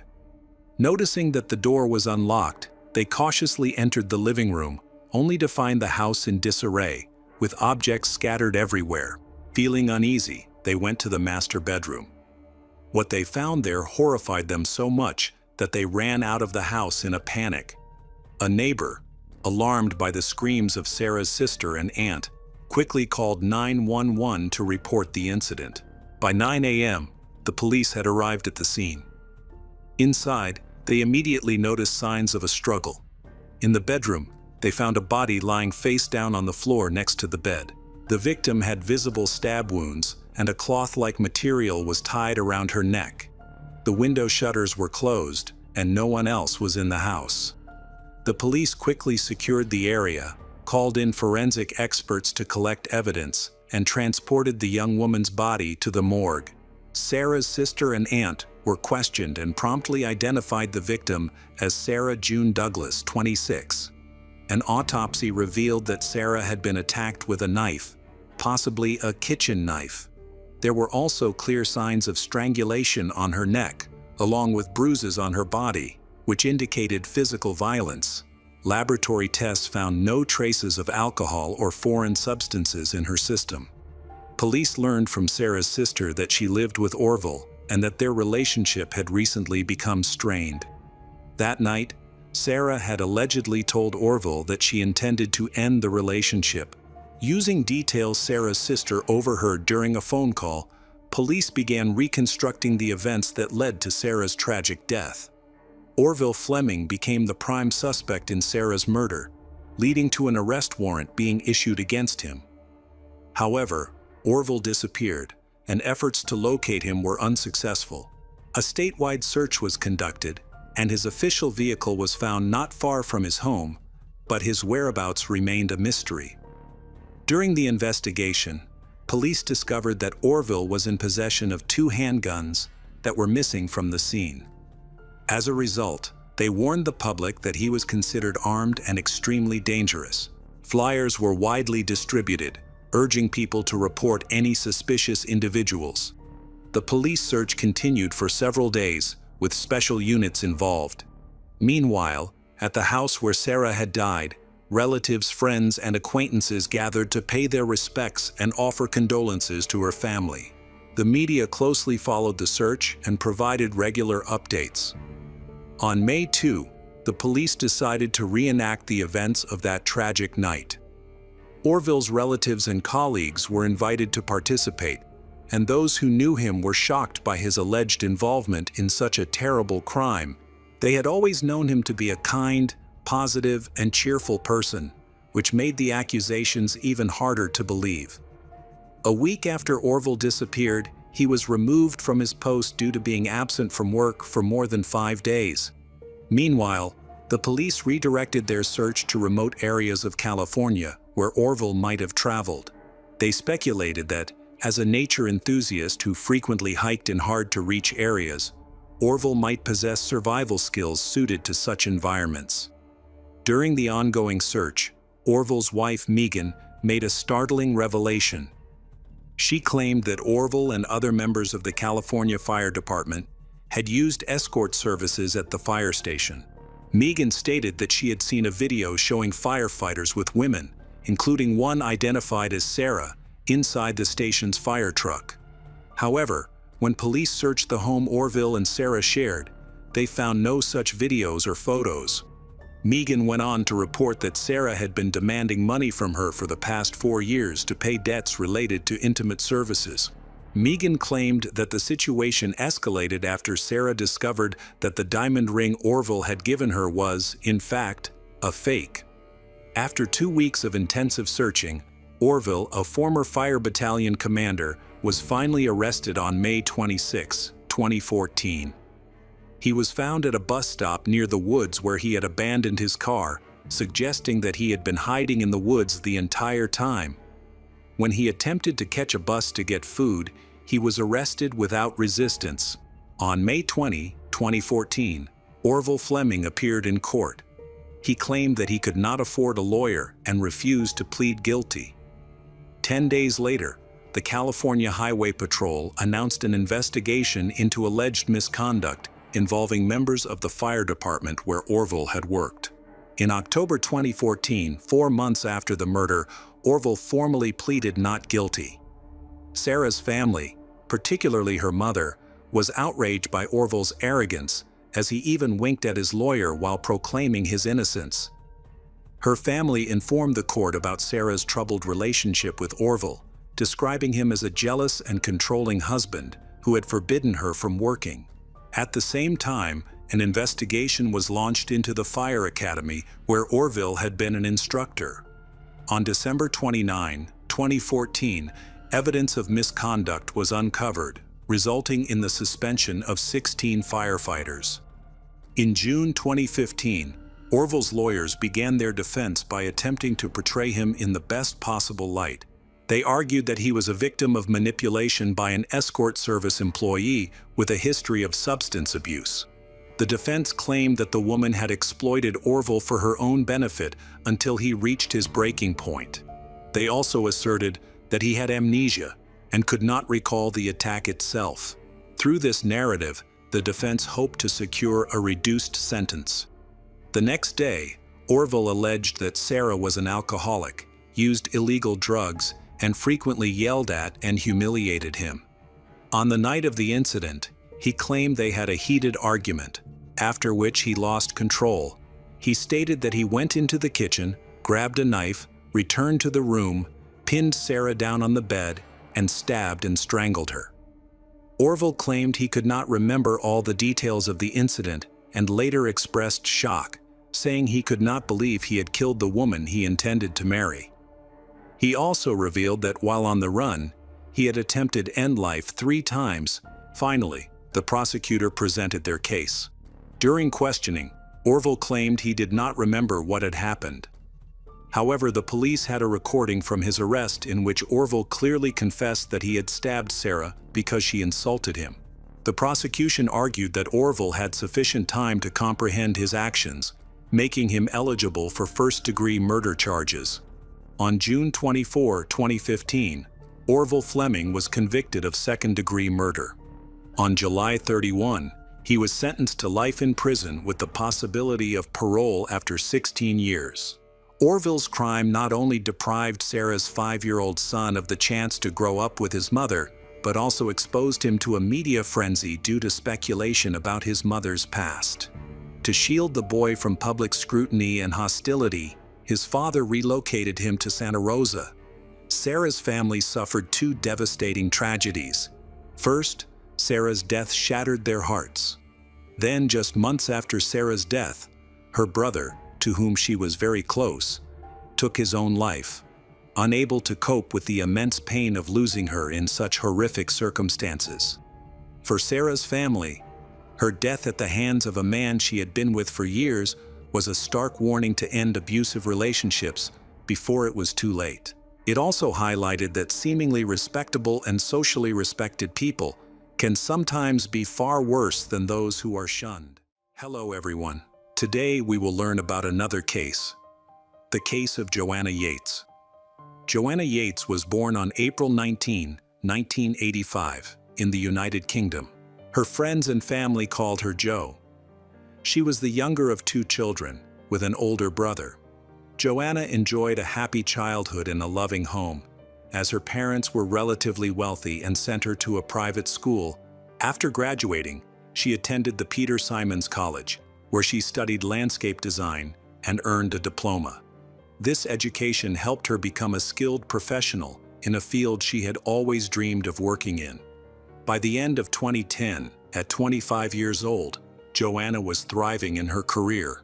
During this period, she was in a relationship with Greg Reardon, who was 27. Greg and Joanna had met in December 2008. Both Joanna and Greg were dedicated young professionals who prioritized achieving financial stability before considering marriage and children. In October 2010, Joanna received a job offer that marked a turning point in her life. With her solid professional qualifications, she was hired as a landscape designer at a promising company in Bristol. Everything seemed to align perfectly, allowing her to begin building her future. They started renting a ground-floor apartment in a private house in the city that same month. They quickly focused on their work. Joanna was known for her positivity, cheerfulness, and energy. With Christmas approaching, they excitedly prepared to celebrate in their new home. They decorated their apartment and bought gifts for their families, looking forward to the holiday. However, no one could have anticipated that this year's celebration would be marred by unexpected events. On the evening of December 17, 2010, Joanna was enjoying a drink with friends. Around 8 p.m., she left the pub to go home. She walked through the city center and stopped at a supermarket but didn't find anything she liked. So she went to another store where she bought 2 bottles of cider. After that, she entered Tesco Express and purchased a pizza. With her essentials in hand, Joanna headed to her apartment, arriving at 8:50 p.m. Once home, she turned on the oven to reheat the pizza while texting several colleagues about her evening plans. According to her colleagues, Joanna planned to spend the rest of the day alone since Greg was away for the entire weekend visiting relatives in another city. She shared with them her feelings of sadness about being alone, mentioned that she would keep herself busy with Christmas preparations, and planned to bake pies to share with her colleagues after the weekend. Greg returned home on Sunday afternoon, December 19, expecting to see Joanna, but she was not there. He found her handbag, keys, and other belongings that she usually kept at home. He also discovered her winter coat. When he called her, he only found her phone lying in the living room, which worried him the most because Joanna had left without her mobile phone. According to all information, Joanna should have been at home and not at work. Even if she had gone shopping or visiting someone, it was strange that she left without her coat, phone, and keys. Something didn't add up. He noticed that the cat hadn't been fed for a long time. It was clearly very hungry and practically lunged at the food. Greg suddenly realized that something must have happened to his girlfriend during the 2 days he had spent in another city. While he was away, Greg had repeatedly called and texted Joanna, but she ignored him. At first, he thought it might be due to network problem, but now he knows things are not that simple. He remembered that 2 days ago, Joanna was supposed to go to the pub with her colleagues. And since then, he hadn't heard from her. He reached out to her parents, friends, and colleagues, but no one knew where she was. That night, feeling frustrated and worried, Greg decided to go to the police station to report his girlfriend missing. Given the time that had passed, the police took the situation very seriously and quickly considered the possibility of abduction. They searched Joanna and Greg's apartment, but found no signs of violence or forced entry. It seemed that Joanna knew her abductor and had let him in willingly. It was likely that she had been attacked in the apartment. During the investigation, they found a receipt showing that Joanna had purchased pizza and 2 bottles of cider on the evening of December 17. One of the cider bottles was open, suggesting she had taken a few sips before something occurred. However, neither the pizza box nor the food itself was found. If Joanna had been attacked immediately with the intent to abduct her, or something worse, it was improbable that she would have had time to eat an entire pizza and throw away the box. Joanna had clearly gone missing, and it was concerning that she hadn't opened her advent calendar on December 17 and 18, even though she had been doing so every evening prior. On December 21, her boyfriend and family appeared on television, pleading for anyone with information about Joanna to come forward. Following this, news of her disappearance spread rapidly across the country. During this time, authorities focused on Joanna's close circle, particularly her boyfriend Greg, who had been away and could have used that as an alibi. However, he quickly proved he was with relatives in another city, clearing him as a suspect. Additionally, all signs indicated that their relationship was healthy, with no apparent motive for anyone to harm her. The police interviewed the tenants living on the first floor, which had 2 rented apartments, while the landlord lived on the second floor. They also questioned the landlord, who insisted he had not heard anything that evening and had not seen Joanna. The tenants on the first floor were a couple, Vincent Tabak, an engineer, and his girlfriend Tanya, an analyst. They were a respectable couple planning to marry soon. They mentioned that they did not know their neighbors well since they had only recently moved in and had not met them yet. On the night in question, Tanya was attending a corporate party, and Vincent picked her up at 2 a.m. He did not notice anything unusual that night. They had hosted a loud party on December 1 with music and heavy conversation. During the evening, they heard some loud female screams, but all the young partygoers were drunk and did not pay much attention. As the sounds quickly faded, it was unclear where they originated. However, they now thought those screams might be connected to their missing neighbor. At first, everyone was hopeful that Joanna would come home safely. However, as the days went by, their confidence began to fade. On December 25, 2010, a young couple was walking their dogs about 5 kilometers from Joanna's apartment in a remote area on the city's outskirts. They noticed something unusual sticking out from the snow by the roadside and thought it looked like clothing. Curious, they decided to investigate further and uncovered the body of a girl. They immediately contacted the police, and it was quickly confirmed that the deceased was 25-year-old Joanna, who had been missing since that weekend. Heavy snowfall had covered her body, which is why it had remained undiscovered for a week. Forensic experts who examined the scene quickly observed that the body was not only covered in snow, but also intentionally concealed under leaves and branches. This suggested that Joanna was not just a random victim of an accident. It appeared she had been deliberately hidden there. She was found wearing the same clothes she had on Friday evening, except for her coat, which was left in her apartment. Her t-shirt was raised, exposing her right breast, which could be related to the motive behind the attack. Although she was wearing warm socks, one sock was missing and could not be located. The police speculated that the absence of the sock might indicate that the killer took it as a trophy, a behavior sometimes seen in maniacs and serial offenders. A forensic examination revealed that the cause of death was asphyxiation. In addition to neck injuries, 43 other wounds were found on her body, including abrasions, deep scratches, and bruises from blunt force trauma. This evidence indicated that the victim had fought desperately for her life. Because she was discovered in the snow during cold weather, her body had not decomposed and remained in good condition. Notably, Joanna was found lying in a fetal position, suggesting that she had been intentionally placed there. The examination also showed that she had not eaten the pizza, indicating that she was attacked before she had the chance to do so. Interestingly, just a meter away from her body, blood was found on a concrete barrier, which was identified as belonging to Joanna. It appears that the killer initially intended to move her body over the barrier, but was unable to do so for some reason. This suggests that Joanna was killed in one location and that an attempt was made to hide her elsewhere. It also seemed that the perpetrator or perpetrators were startled and had to flee quickly. During the examination of Joanna's clothing, traces of semen from a man, likely the attacker, were discovered on her jeans, particularly near the zipper, indicating an abuse assault. As it became evident that the crime was particularly brutal, a large-scale operation was launched to locate the suspect. This investigation was set to be one of the largest ever undertaken by the police in this part of the UK, involving around 60 officers.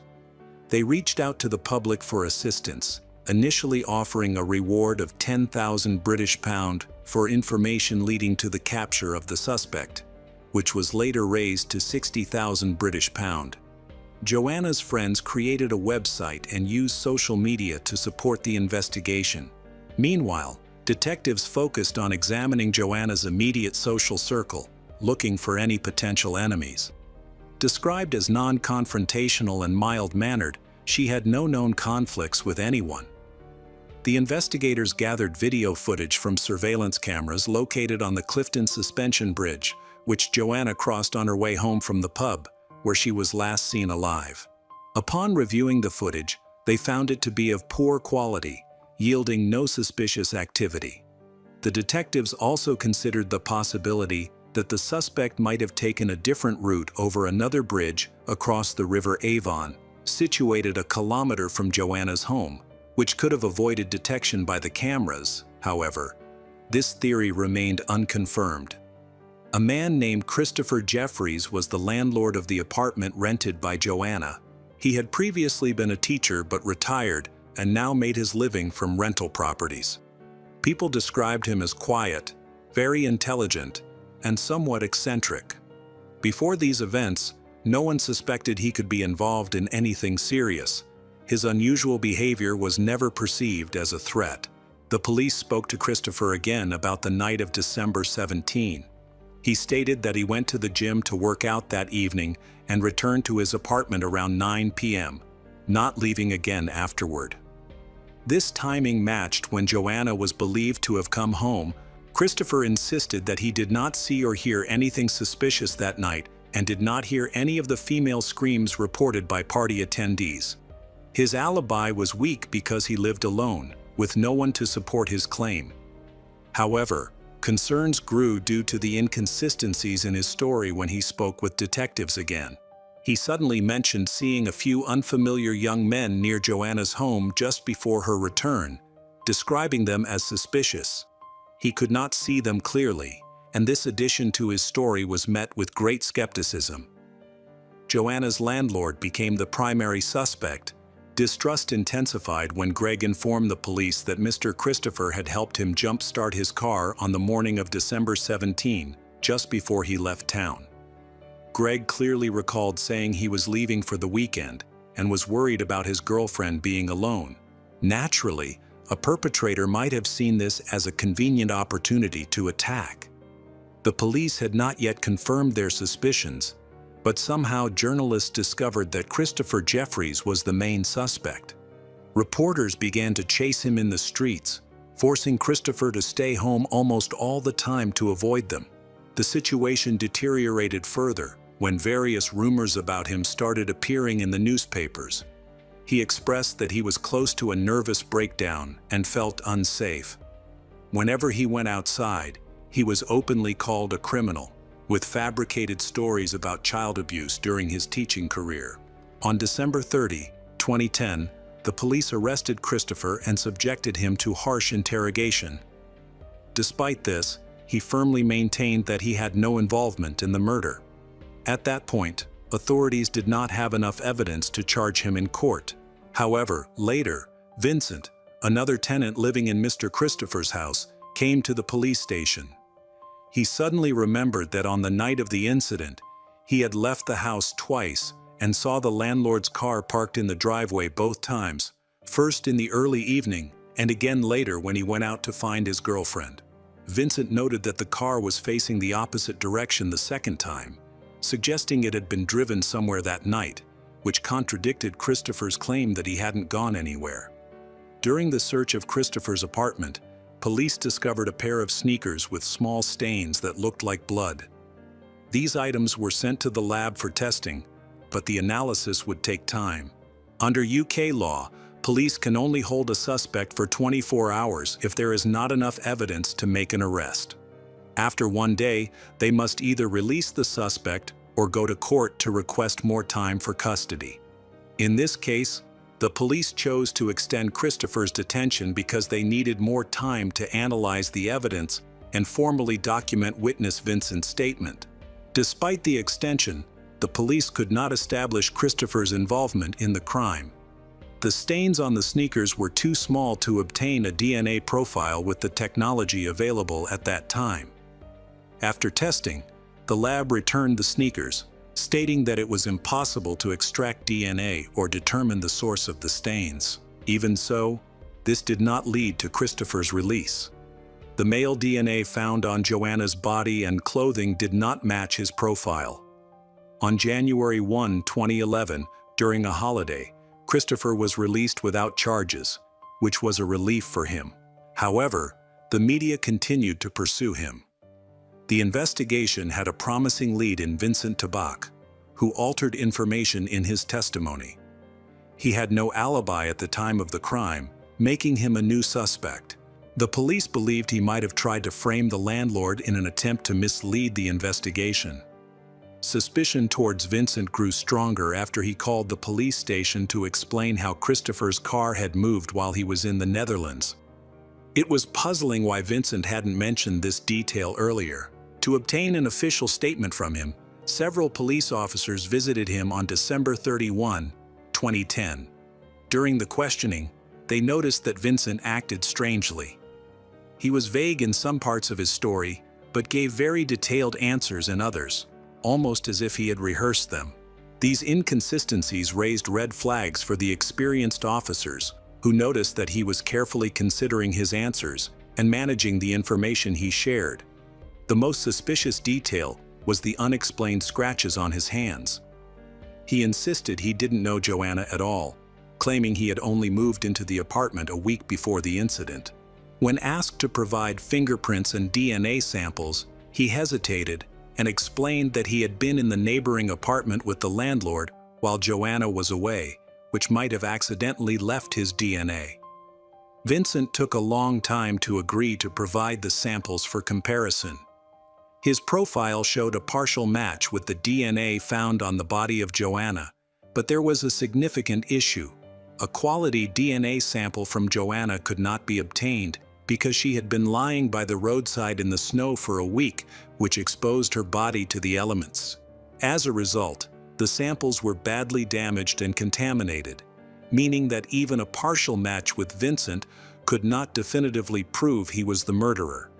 Nonetheless, this information raised serious suspicions in the police investigation, prompting the authorities to investigate Vincent's background more thoroughly. Vincent Tabak was born on February 10, 1978. At the time of Joanna's murder, he was 32 years old. He was originally from the Netherlands and was the youngest of 5 children. As a child, Vincent was quiet and shy, more introverted than many of his peers, but he was also very intelligent and ambitious.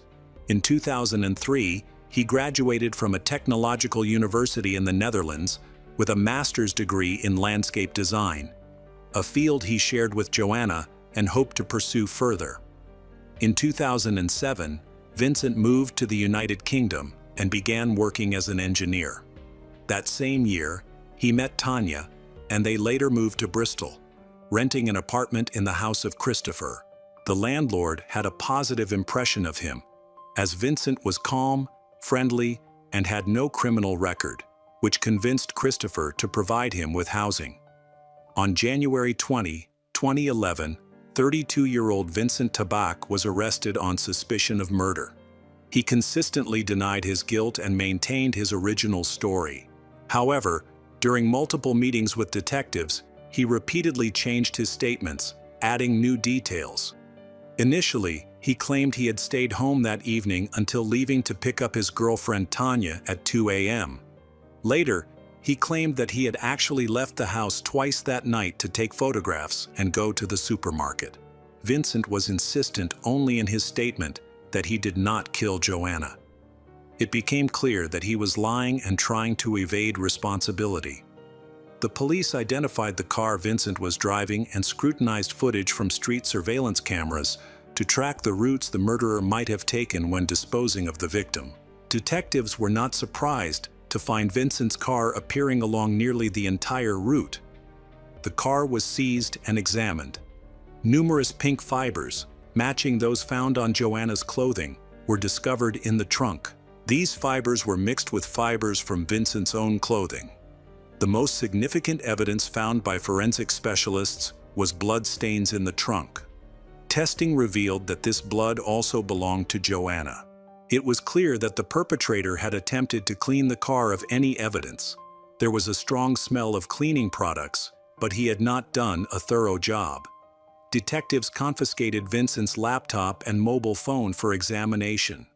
The analysis showed that his attack had been driven by abuse desire from the start.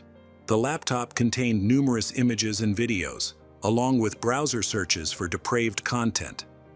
Vincent preferred methods such as strangulation and beatings, which aligned with how Joanna was murdered. He was also a regular visitor to escort websites and met escort in person. It came to light that Vincent was living a double life. He appeared to be a decent man and Tanya's fiancé, while privately, he harbored dark secrets. After the murder, a large number of search queries were discovered that revealed Vincent was looking for information about Joanna. He was closely monitoring the investigation, and detectives observed a troubling detail. After checking the progress regarding Joanna's death, Vincent seemed to take pleasure in reliving his actions. This behavior indicated that he could be a potential serial killer, likely to kill again once the thrill of his past victim faded. The investigation uncovered incriminating evidence, including searches related to murder and the decomposition of human bodies. On January 22, 2011, Vincent Tabak was charged with first-degree murder. Although he initially denied his involvement, he later confessed, but insisted that he never intended to kill Joanna. He claimed his actions were accidental and not premeditated. In October 2011, hearings commenced. However, the judge prohibited the prosecution from using the defendant's obsession with violent and abuse content as evidence. In court, Vincent chose to represent himself and delivered his final statement. He recounted that on the evening of December 17, 2010, he was alone in his apartment since his girlfriend had gone to a Christmas party with her colleagues. When he returned from the store, he noticed his neighbor, Joanna, waving at him from her window and inviting him inside. Once inside, Joanna offered him some cider. Vincent misinterpreted her welcoming gesture and believed it indicated a desire for intimacy, which led him to kiss her suddenly. Joanna reacted immediately by screaming and pushing him away. In a state of panic, Vincent covered her mouth and wrapped his hands around her neck in an attempt to silence her. He claimed he held his hand on her neck for about 20 seconds before realizing that Joanna was no longer alive.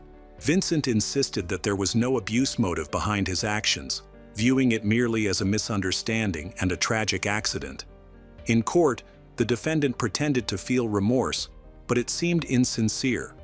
The prosecution argued that his version of events was just another lie, especially since it did not account for the 43 injuries the victim had sustained. Joanna even had a broken nose, which suggested a lengthy struggle and significant force. The prosecution believed that the 20 seconds of strangulation he described was far too short. They thought he had been observing her for a long time and intentionally entered her apartment that night when he knew she would be alone, likely after overhearing a conversation between Greg and Christopher. It appeared that Vincent had long-standing feelings for Joanna and knew her better than he let on. He had initially intended to abuse and kill her, as shown by his fetishes for strangling women. Being a strong young man, he easily overpowered Joanna, who was 30 centimeters shorter than him, and he used his full weight against her during the struggle.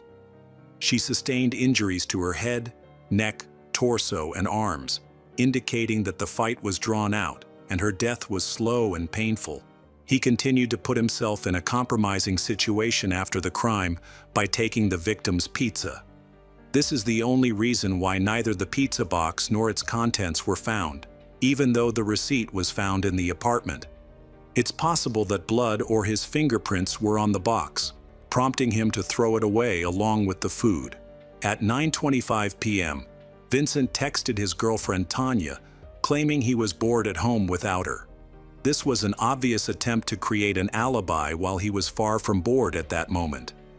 After sending the message, Vincent loaded the victim's body into his car trunk, stopped at a store to buy beer and chips, and then drove to a different location to dispose of the body. The prosecution reiterated to the jury that Vincent Tabak was a dangerous criminal who could not be trusted. On October 26, 2011, during the closing arguments, the jury began their deliberations, which lasted for 2 full days. On October 28, they returned with a verdict, finding Vincent Tabak guilty of first-degree murder. He was sentenced to life in prison, with a minimum term of 20 years. However, his legal troubles did not end there. In March 2015, he was charged with possessing child abuse, with 145 illegal images found on his laptop. He pleaded guilty once more and received an additional 10-month sentence. Following Vincent's conviction, Christopher Jeffries sought justice for the damages he had incurred. He filed defamation claims against several newspapers for harming his reputation. These publications, which had published 8 articles about the case, eventually apologized to Christopher. As a result, they were ordered to pay significant financial compensation for the reputational and moral damages caused. In 2014, ITV releasing a 2-part series titled The Lost Honor of Christopher Jeffries. This series focuses on the former teacher who was affected by the murder of a girl who had rented an apartment from him. Hello again, true crime fans. We've got another mysterious case to explore. The case of Mindy Berenyi. Mindy Berenyi grew up in a small farming town in Antwerp, Ohio, in a middle-class family. Her mother, Shirley, met her future husband, Andy, while she was still in school. At the time, Andy was 18 and had completed his auto mechanic training, while Shirley was 17 and still in high school. Their relationship progressed quickly, and they married just a few months after meeting. Shortly after their marriage, Shirley discovered that she was pregnant by another man she had dated before meeting Andy. She had not been unfaithful to Andy, it was simply the result of a previous relationship. Shirley hesitated for a long time, but eventually, Andy accepted both her and the baby as his family. The couple stayed together for 15 years and had 3 children during their marriage. 2 of the children were Andy's, while the eldest was from Shirley's previous relationship. However, after 15 years of marriage, they decided to divorce. Shirley, feeling she could no longer cope as a single mother, gave up custody of all 3 children. The children went to live with Andy, their father. Mindy always loved her father. However, disturbing changes began to disrupt her life. When Mindy was about 9 years old, her father called her into his bedroom and asked her to give him a massage. Years later, Mindy realized this was the beginning of the abuse. At the time, she did not fully understand what was happening and complied, even though she felt something was wrong. She later recalled that it did not feel like a normal massage. Eventually, Mindy refused to go to her father's bedroom. From that point on, Andy's treatment of her became much harsher. Andy began to manipulate his children emotionally, insulting them and even resorting to physical violence. This caused Mindy's brothers to leave the house. Andy eventually remarried, which seemed to improve the strained family relationships, but nothing truly changed. He continued to exert tight control over Mindy, especially as she grew older. Like any teenager, Mindy wanted to spend time with her friends, but her father would not allow it. His behavior became increasingly controlling and manipulative. When Mindy got a job at a nearby McDonald's, Andy kept a close eye on her. He tracked the mileage on his car when she drove, frequently searched her room, and even recorded and listened to Mindy's phone conversations. When Andy was away from home, he turned off his phone to prevent his daughter from communicating with anyone without his supervision. She wanted to stay in touch with her friends and live like a normal teenager, but this angered her father. He would eavesdrop on Mindy's conversations and immediately disconnect her phone from the network if he heard something he disliked. He demanded complete obedience from her, but Mindy refused to comply. When Mindy turned 16, Andy's behavior became increasingly dangerous. He would grab and strangle her when she resisted his control. He would throw her around and beat her while trying to avoid leaving any evidence. The situation worsened when Andy discovered she was pregnant, although the identity of the father was unknown. Mindy was devastated, unable to imagine raising a child in such a hostile environment. Her father's abusive behavior had become unbearable, and she feared for her life and well-being. That same day, Mindy stormed into Andy's upstairs bedroom and grabbed a shotgun hanging on the wall.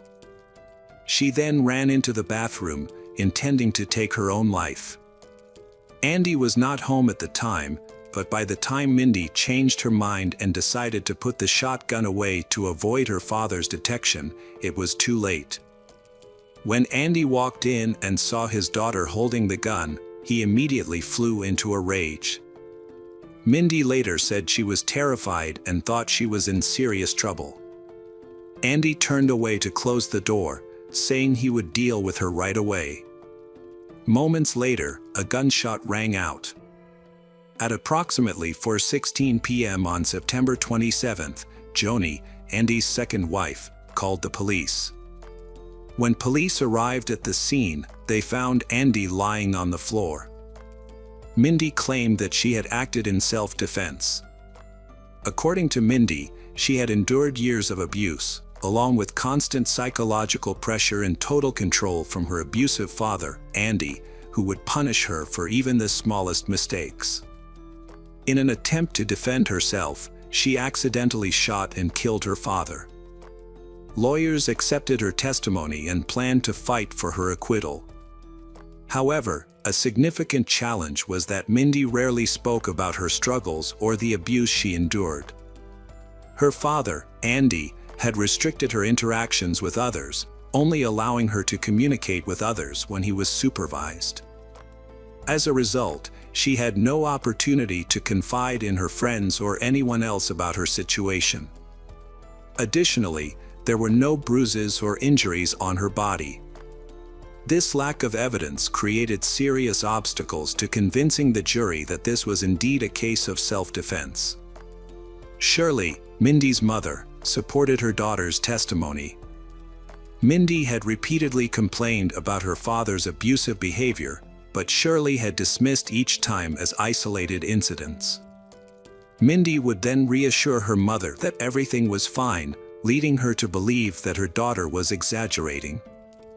Now, Mindy claimed that her father had threatened her, and Shirley admitted that Andy had behaved similarly throughout their marriage.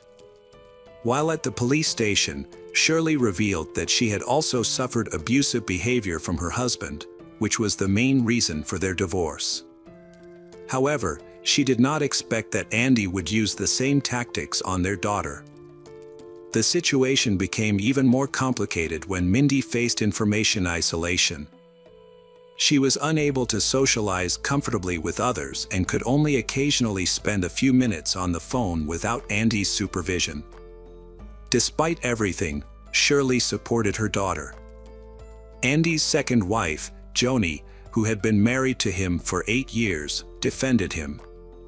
She described Andy as a loving husband and devoted father, raising 2 sons and doing his best for his ungrateful daughter, Mindy.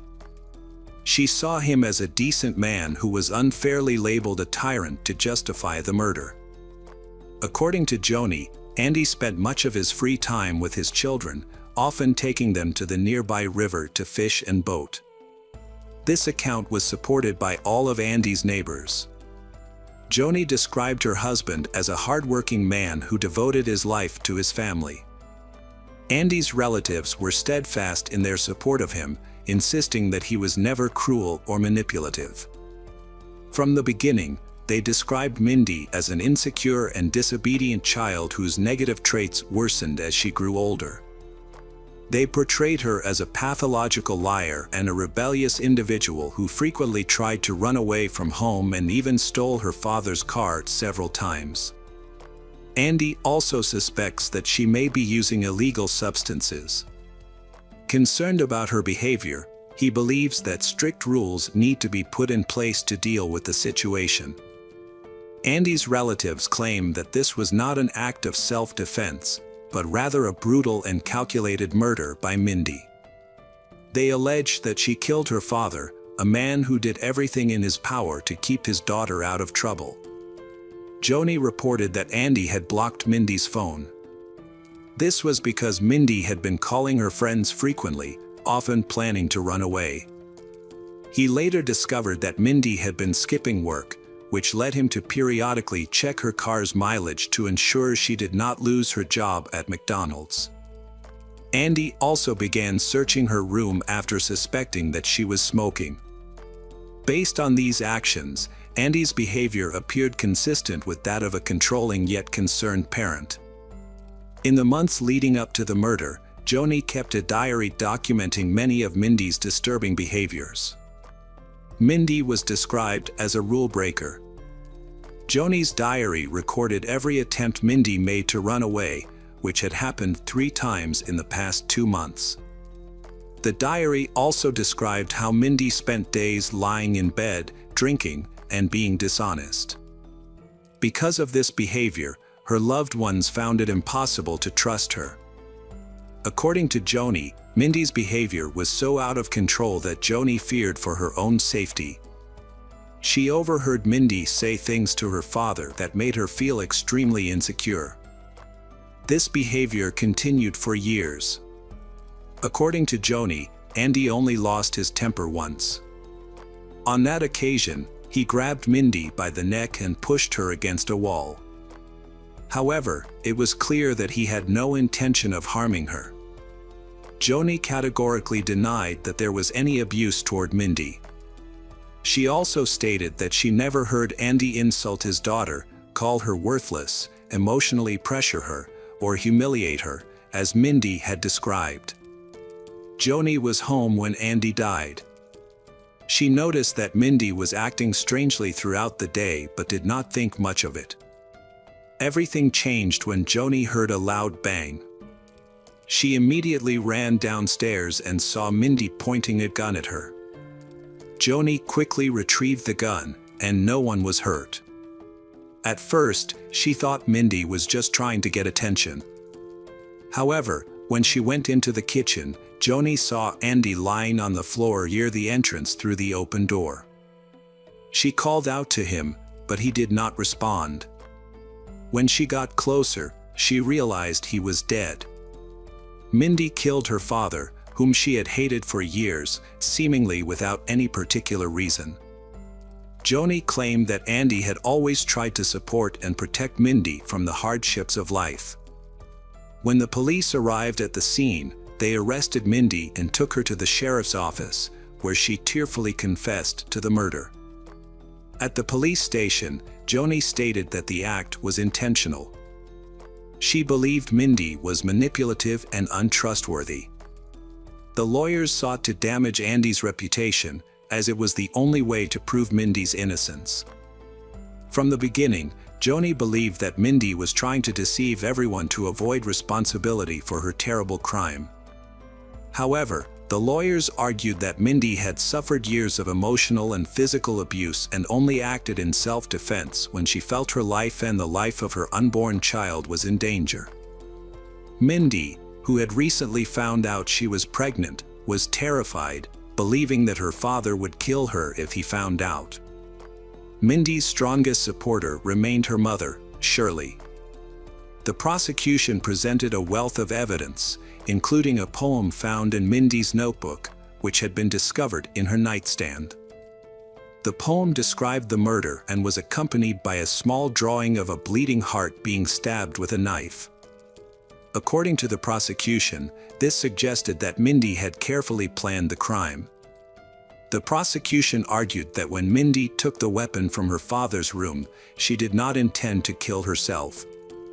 Instead, they claimed that she had taken the weapon and ambushed her father.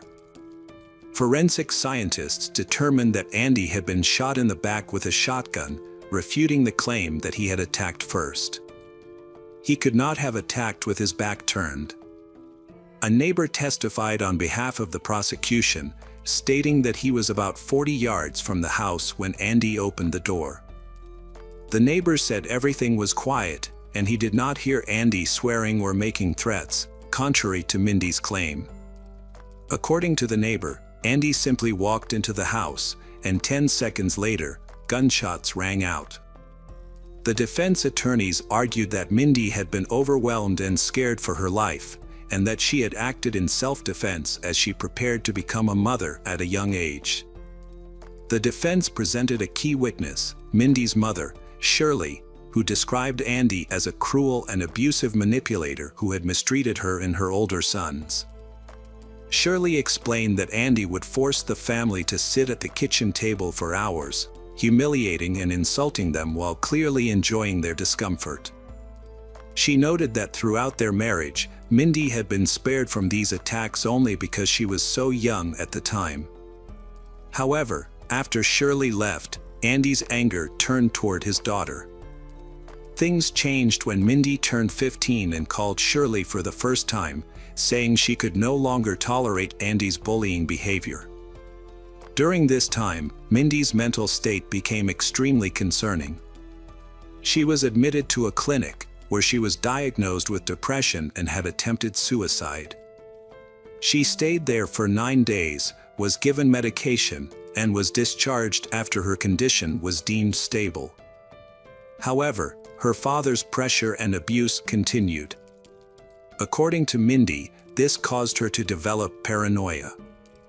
She felt trapped, like a prisoner in her own home, unable to escape her overbearing father. To cope with her fear and pain, she began drinking and smoking marijuana. This behavior eventually attracted the attention of social services. However, it was Andy who contacted them, hoping to address what he described as Mindy's disturbing behavior. Andy was surprised when Laura Alvarado, a child abuse investigator, sided with Mindy after speaking with her. Laura believed that Mindy was not being defiant or out of control. Instead, it appeared that the teenager was feeling anxious and threatened at home. Mindy had pleaded for help, even expressing a desire to move into a foster home to escape her father. She also revealed that her mother had refused to take her in, unwilling to intervene because of the custody agreement. To Laura, this seemed less like the behavior of a rebellious teenager and more like a child who felt trapped and hopeless. Laura had several conversations with Mindy, but during their last meeting, something seemed different and more troubling. Mindy appeared closed off and unwilling to open up. Laura suspected that Andy had threatened her, but further investigation revealed no solid evidence. The most anticipated part of the hearing was Mindy's testimony in her own defense. This was a high-risk strategy, as it could either persuade the jury to sympathize with her or push them in the opposite direction. The outcome depended entirely on whether the jury believed her. Initially, Mindy's attorney decided to take the gamble, arguing that only Mindy could prove who was telling the truth and who was lying. However, the odds were clearly against her.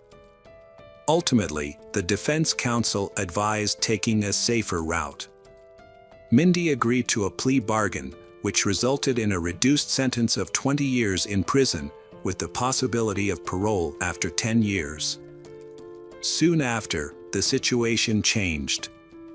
At age 20, Mindy had already served 4 years in prison and was now focused on seeking justice and regaining her freedom.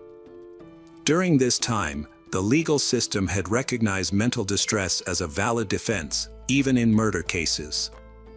This change provided a new perspective for Mindy's attorney. An appeal was filed and eventually accepted. However, the appeal came with significant risks. If the jury rejected Mindy's testimony, she could face life in prison, with a minimum of 33 years before she could apply for early release. Despite the high stakes, Mindy was determined to fight to clear her name. Both the prosecution and defense returned to present their cases, as they had during the first trial. Andy's wife, Joni, continued to grieve the loss of her husband and remained determined to prove that Mindy was responsible. At trial, Mindy recounted her traumatic experiences of enduring years of physical abuse at the hands of Andy. She described how he threatened her daily, constantly demeaning and humiliating her for seemingly trivial reasons. Desperate to avoid her father, she tried to limit contact, but living in the same house made that nearly impossible. Even brief encounters often escalated into conflicts and confrontations. The prosecutor's office repeated the arguments they had made during the first hearing. Mindy explained that she had chosen the bathroom to end her life, but she hesitated and was unable to go through with it. She discovered she was pregnant and felt a sense of responsibility for her unborn child. For an hour, she struggled with whether to live or die until she heard her father return home. At that moment, she realized she had lost the chance to return the gun to his room without being discovered. Mindy knew her father would be furious if he found out about her plan. Overcome with fear and emotional distress, she decided to protect herself and her child at all costs. Mindy also explained why she shot her father in the back. She said she had told him to check his answering machine, hoping to distract him while she quietly returned the gun to his room. But as she walked into the kitchen, she saw him begin to turn around and noticed the shotgun. Panicked and believing he was about to lunge at her, she pulled the trigger. The jury heard conflicting accounts.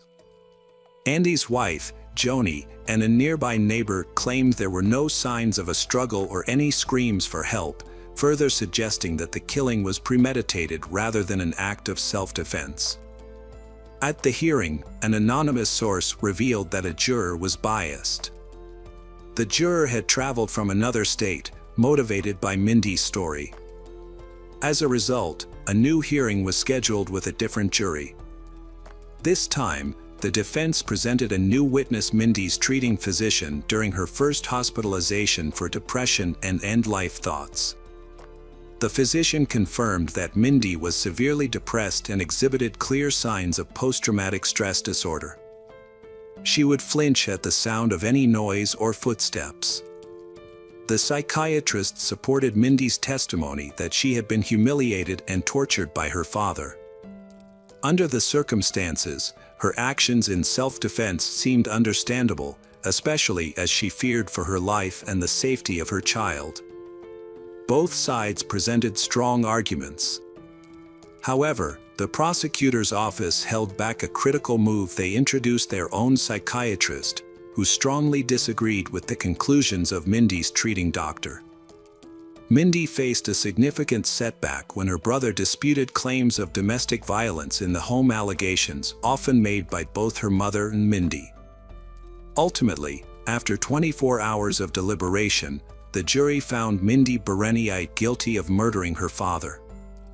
She was sentenced to life in prison, with the possibility of parole after 23 years. Mindy's lawyers were shocked by the outcome, as they had not anticipated such a harsh sentence. The fate of Mindy's child remains unknown. In an earlier interview, Mindy admitted she knew her actions were wrong but insisted that desperation and fear drove her to kill her father, whom she described as a tyrant. Hello everyone, today we will learn about another case. The case of Lauren Hugelmayer. Lauren Hugelmayer was born on June 9, 1988, in Los Angeles County, California. She was one of 3 daughters of Dale and Lori. Lauren grew up in a close-knit religious family that regularly attended their local church and was well loved in the community. She developed a reputation for being exceptionally kind, caring, known for her bright smile and vibrant personality. Lauren had a close bond with her older sister Beth, but she was even closer to her father, with whom she shared a trusting relationship. While in high school, Lauren met a classmate named Matthew Phelps, who would later play an important role in her life. At that time, it was unclear whether they were just acquaintances or had a closer relationship. After Lauren's family moved to North Carolina, Matthew transferred to another school, which interrupted their connection. After graduating from high school, Lauren chose to attend Appalachian State University, where she earned a degree in business administration and management in 2011. In 2014, Lauren received a direct message on Instagram from Matthew. While Lauren had a stable life, Matthew lived in Kent and faced significant challenges. His father was completely absent, and his mother had remarried several times. Matthew struggled to connect with any of his stepfathers. This lack of parental attention contributed to behavioral problems in his life. During high school, Matthew fell in with a bad crowd, began abusing alcohol and banned substance, particularly cough syrup, which is often misused for its psychoactive effects. His substance abuse became increasingly obvious, and his grades suffered as a result. In response, his grandparents decided to transfer him from public high school to a private Christian academy, hoping this change would help him turn his life around. Eventually, this decision paid off. Matthew improved his academic performance and distanced himself from negative influences. After graduating, he chose to enroll in a Baptist university with the goal of becoming a pastor. Although he later abandoned this ambition.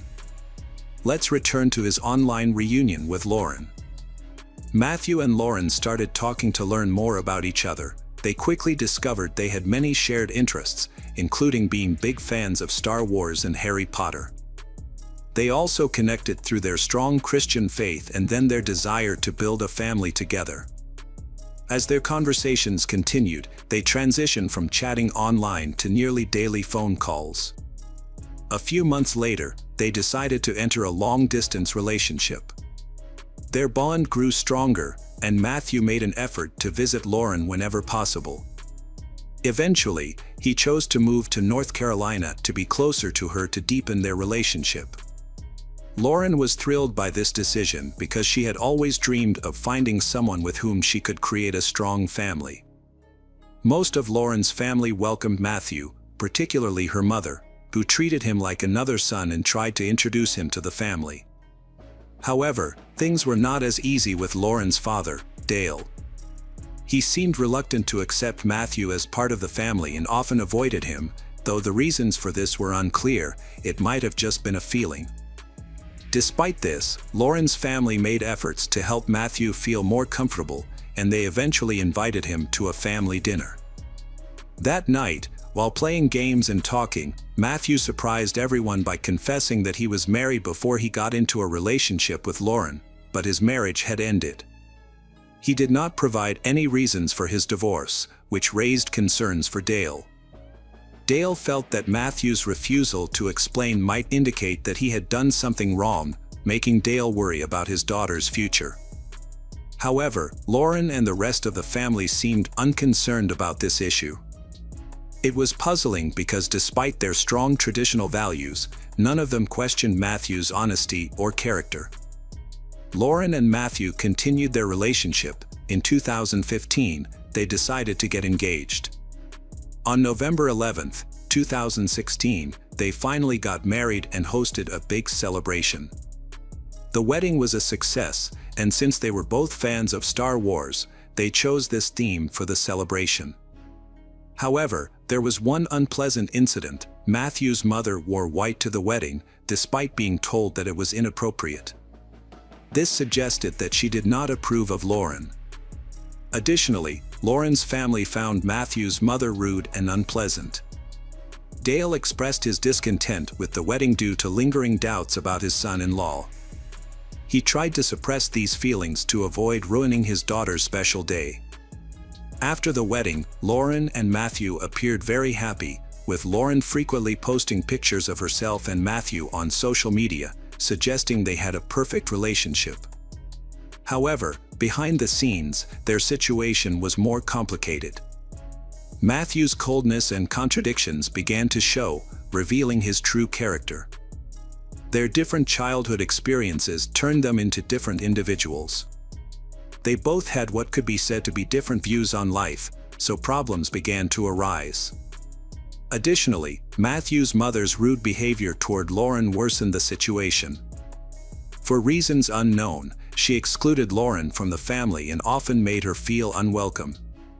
At that time, Lauren was independent and responsible, she even juggling 3 jobs because of her love for children. She volunteered at a children's Sunday school, worked as an auditor for a pharmaceutical company, and sold scented candles, which she enjoyed. Lauren also formed strong friendships with her colleagues, who appreciated her kindness and empathy. Lauren's dreams and plans were tragically shattered in the early hours of September 1, 2017.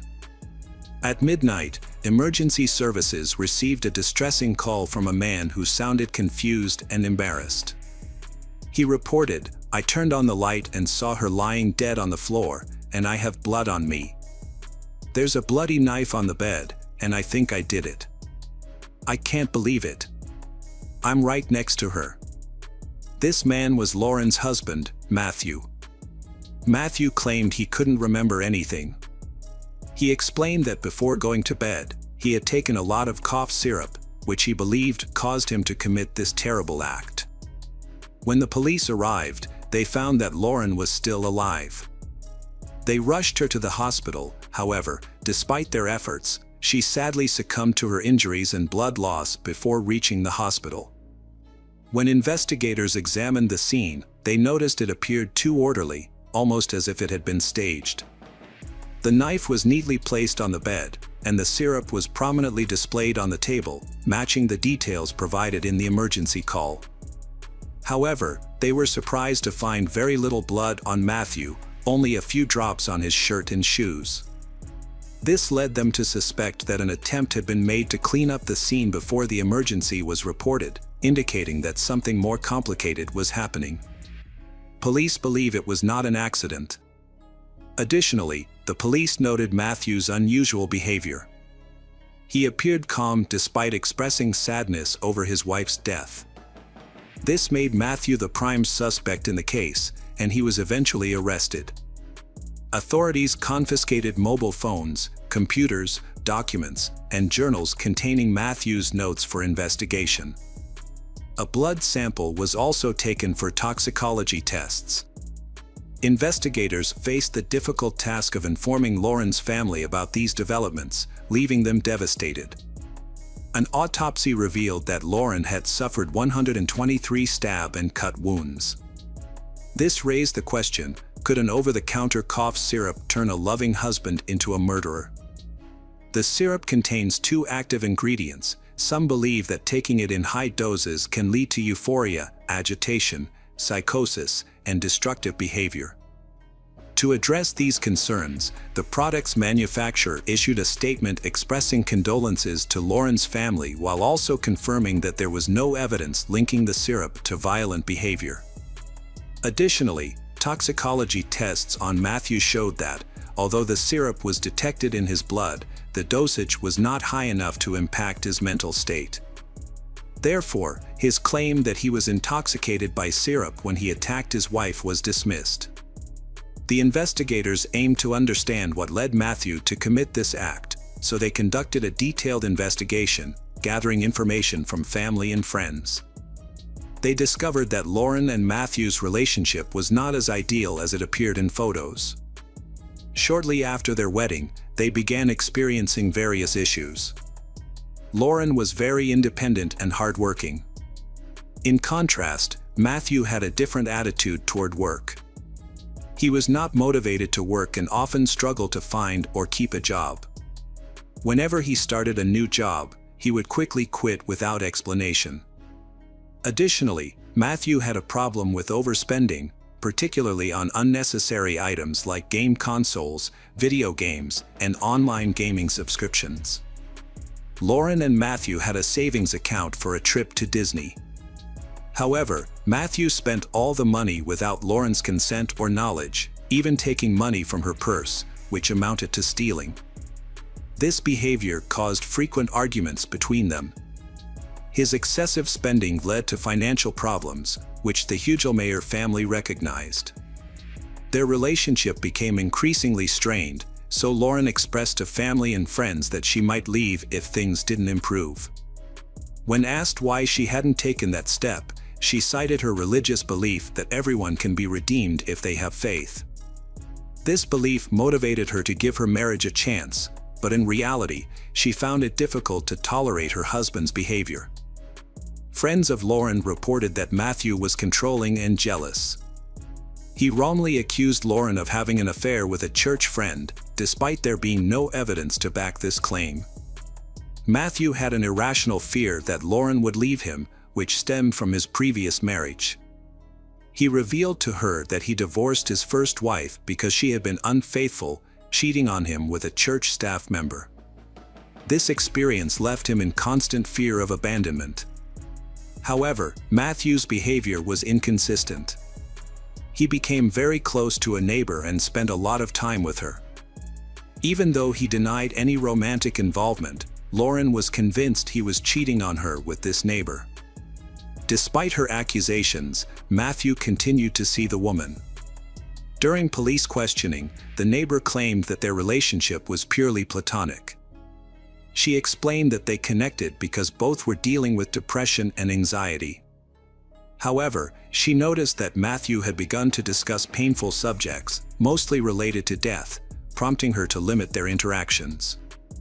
At one point, Matthew claimed he had decided to return to college to pursue his dream of becoming a pastor, in an effort to win back Lauren's trust and save their relationship. Lauren reacted positively to this news. However, as time went on, their situation did not improve. Lauren's relatives observed that she had been in a very bad state and was no longer as happy as she used to be. They felt guilty for not intervening sooner. Lauren's older sister, Beth, made a significant statement. She recounted a phone call with Lauren the night before, during which Lauren was cooking dinner. During that call, the neighbor knocked on the door looking for Matthew. Without hesitation, Matthew left with the neighbor, leaving Lauren's dinner untouched. Beth expressed her frustration, saying she could no longer accept the situation and was convinced Matthew was cheating on Lauren, leading Lauren to decide to leave him. As the police gathered more evidence, the motive behind Lauren's death became clearer. The authorities conducted a detailed investigation of the apartment and confirmed their initial suspicions. Matthew had cleaned up before calling emergency services. Detectives also found what appeared to be an intimate diary of Matthew. This diary contained notes about his arguments with Lauren, his struggles with low self-esteem, and his feelings of insecurity in their marriage, especially since he knew her family had never accepted him. When experts examined Matthew's mobile phone, they discovered troubling search queries in his history. These included questions about the dangers of cough syrup and its effects on consciousness. This strongly suggested two things: first, that the attack was premeditated, and second, that Matthew was trying to mislead the authorities into thinking he was unaware of killing his wife while under the influence of the syrup. An important detail uncovered through Matthew's mobile phone revealed that just hours before he killed his wife, they had a heated argument through text messages and calls. Matthew claimed that Lauren accused him of cheating and expressed her desire to end their marriage, sufficient reason for a troubled mind to decide to kill his wife.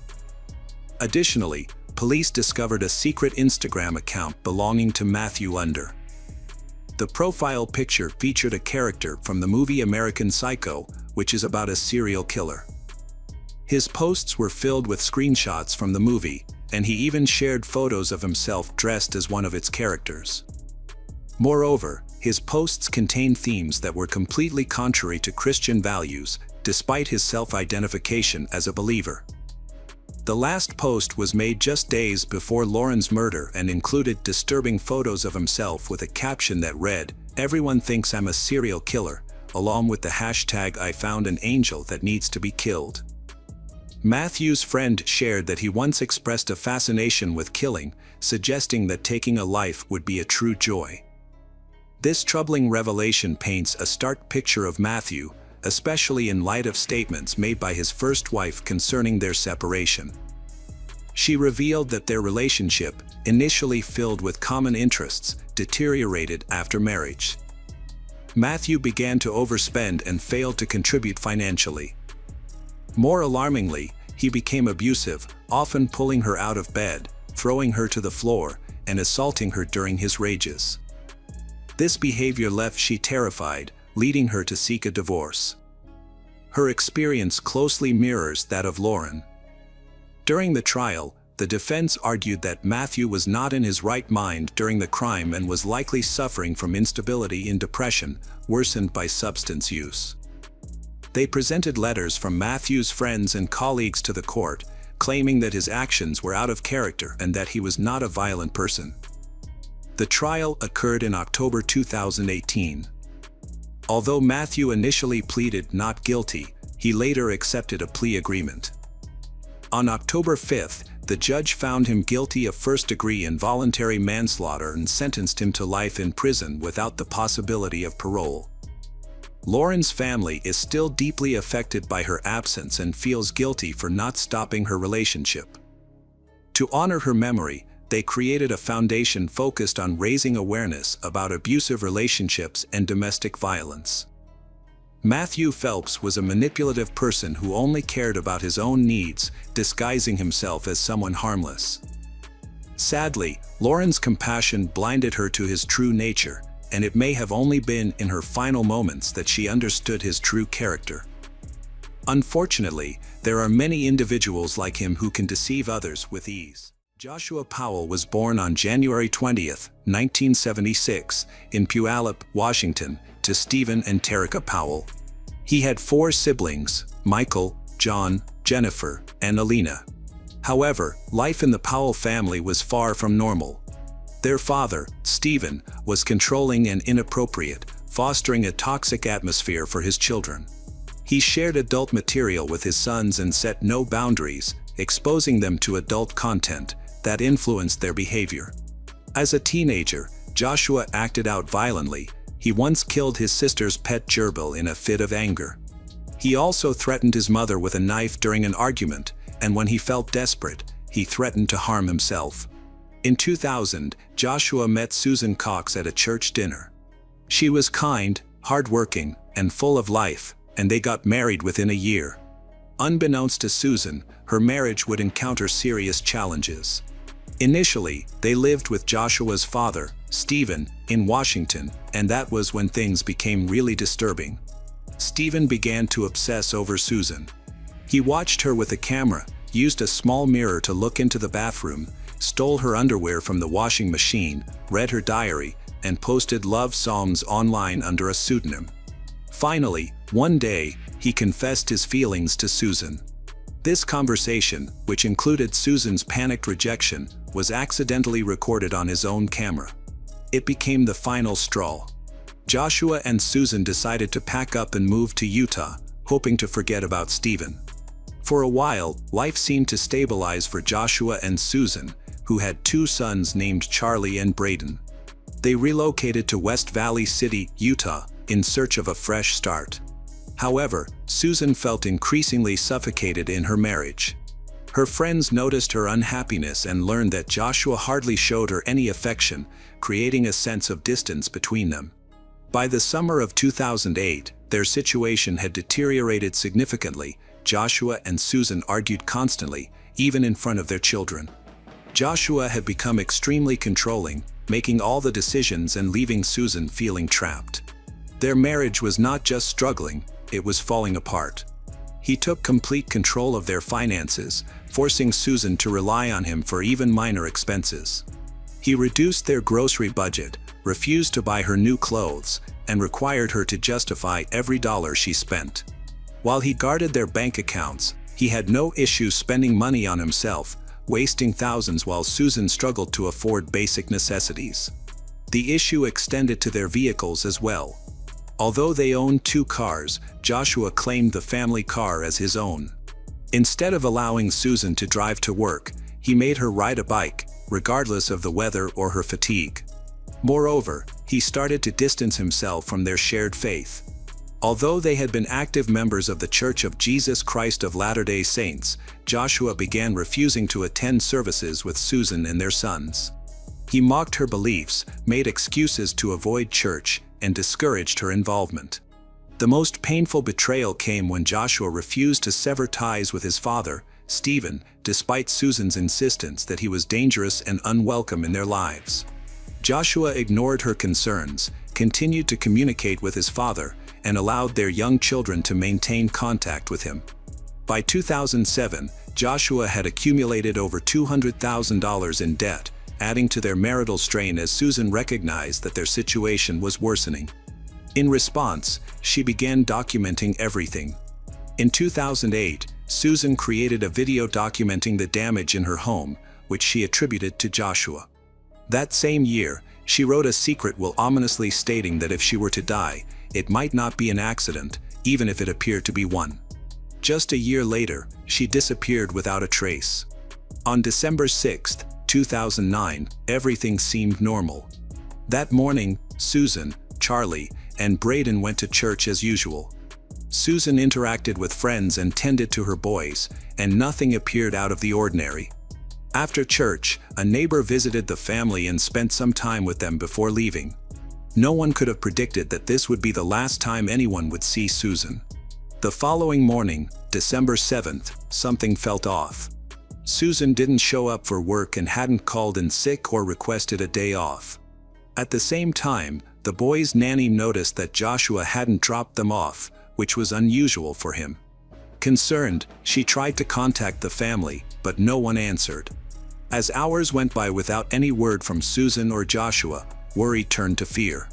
Joshua's mother, Terica, and his sister, Jennifer, learned about the situation and rushed to the house. When they arrived, they found the doors locked, the curtains drawn, and no one inside. The unsettling silence heightened their anxiety. They knocked and called out, but received no response. In a state of panic, they called the police. Officers arrived and forced entry into the home, fearing that the family might have been victims of carbon monoxide poisoning or faced another emergency. What the officers discovered inside the house was deeply concerning. Although the house was empty, something felt wrong. Susan's purse, wallet, and identification were still there, untouched. Her cell phone was later found in the family's only car, a Chrysler Town & Country minivan that Joshua had been using. It was turned off. There were no signs of a struggle, but one detail stood out. 2 box fans were set up in the living room, blowing air directly onto a damp spot on the couch.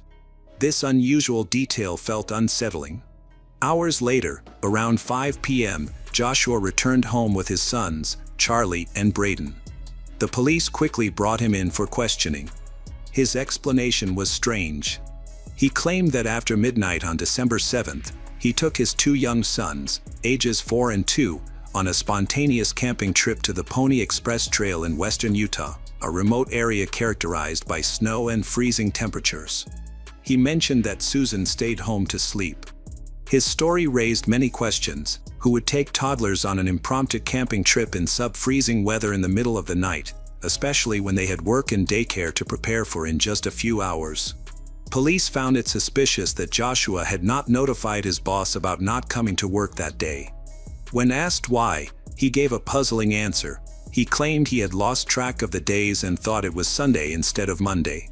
Investigators aimed to confirm his story by sending a team to the area where he claimed to have camped. However, they found no evidence to support his claim: no tire tracks in the snow, no footprints, no fire pit, nothing. It was as if he had never gone on that trip. Things took an even stranger turn. On December 8th, after a second police interview, Joshua suddenly rented a car from Salt Lake City International Airport and then disappeared for nearly 18 hours. His whereabouts during that time remain unknown. When he finally reappeared, he called his mother from Interstate 84 in Tremonton, Utah, sounding disoriented and giving vague answers about his location. Later, he told his sister Jennifer that he had been driving around the city aimlessly, randomly getting on and off different freeways.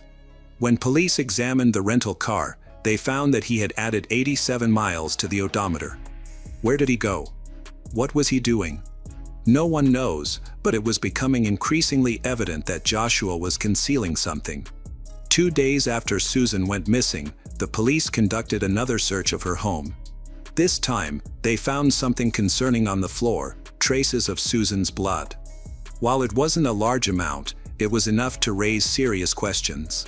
Inside the house, they also discovered life insurance policies totaling $1.5 million and a handwritten letter from Susan. In the letter, she expressed her growing fear for her life and mentioned being terrified of Joshua. Years later, DNA tests confirmed that one blood sample belonged to Susan, while another matched an unknown male, whose identity remains unknown. As the police investigated Joshua's actions following Susan's disappearance, his behavior appeared increasingly suspicious. He emptied her retirement accounts, canceled her chiropractic appointments, and withdrew his sons from daycare, all within days of her vanishing. It seemed he was trying to erase her from their lives. Additionally, Joshua had previously talked to co-workers about how to dispose of a body in an abandoned mine shaft. At the time, People dismissed it as a strange comment, but now, it seemed more significant. As investigators worked to understand what happened to Susan, they questioned the only other witnesses present with Joshua that night, his sons. 4-year-old Charlie was interviewed, and surprisingly, he confirmed that the camping trip took place. However, his account included a significant twist. He claimed that their mother was with them. According to Charlie, Susan was in the car that night but never returned home. Weeks later, a teacher overheard Charlie make a chilling remark, stating that his mother was dead, without any details or explanations, suggesting he had come to accept this reality. Additionally, Susan's parents, Chuck and Judy Cox, reported a troubling incident. At daycare, Charlie's younger brother, Braden, drew a picture of a van. When asked about it, Braden pointed to the back of the van and said, "Mommy was in the trunk." This raised further suspicions for the police, who were becoming increasingly convinced that Joshua was aware of what had happened to Susan. They intended to bring Joshua in for further questioning and requested all footage of his interviews with local news outlets. However, Joshua showed no willingness to cooperate. On December 14th, he obtained legal representation. In the following days, he became more distant and less responsive to the authorities. Just before Christmas, he gathered his sons and left Utah, returning to Puyallup, Washington, to live with his father, Stephen Powell. By December 24th, police identified him as a person of interest in the case. Sadly, the situation was far from resolved. In 2010, Joshua moved into his father's house in Puyallup, bringing his 2 young sons, Charlie and Braden. Joshua made it clear he wasn't returning to Utah, announcing plans to rent out their home in West Valley City. Some reports indicated he left due to losing his job, but those who knew him felt he was fleeing from something. Shortly after settling in Washington, a website called SusanPowell.org emerged. It claimed to be the official site for Susan Powell, but instead of helping to find her, it focused on defending Joshua. The site accused Susan's family, including her sister Jennifer Graves, and even the LDS Church of conducting a smear campaign against him. Some posts went so far as to suggest that Susan had fled to Brazil with another missing person, journalist Stephen Kocher, a completely unfounded theory. It didn't take long for people to suspect that Joshua and his father, Stephen, were behind the website. Then, by late 2010, the Powells made a startling claim. They suggested that Susan had been mentally ill and had intentionally abandoned her family. This seemed like a desperate attempt to change the narrative, but Susan's parents quickly rebutted it.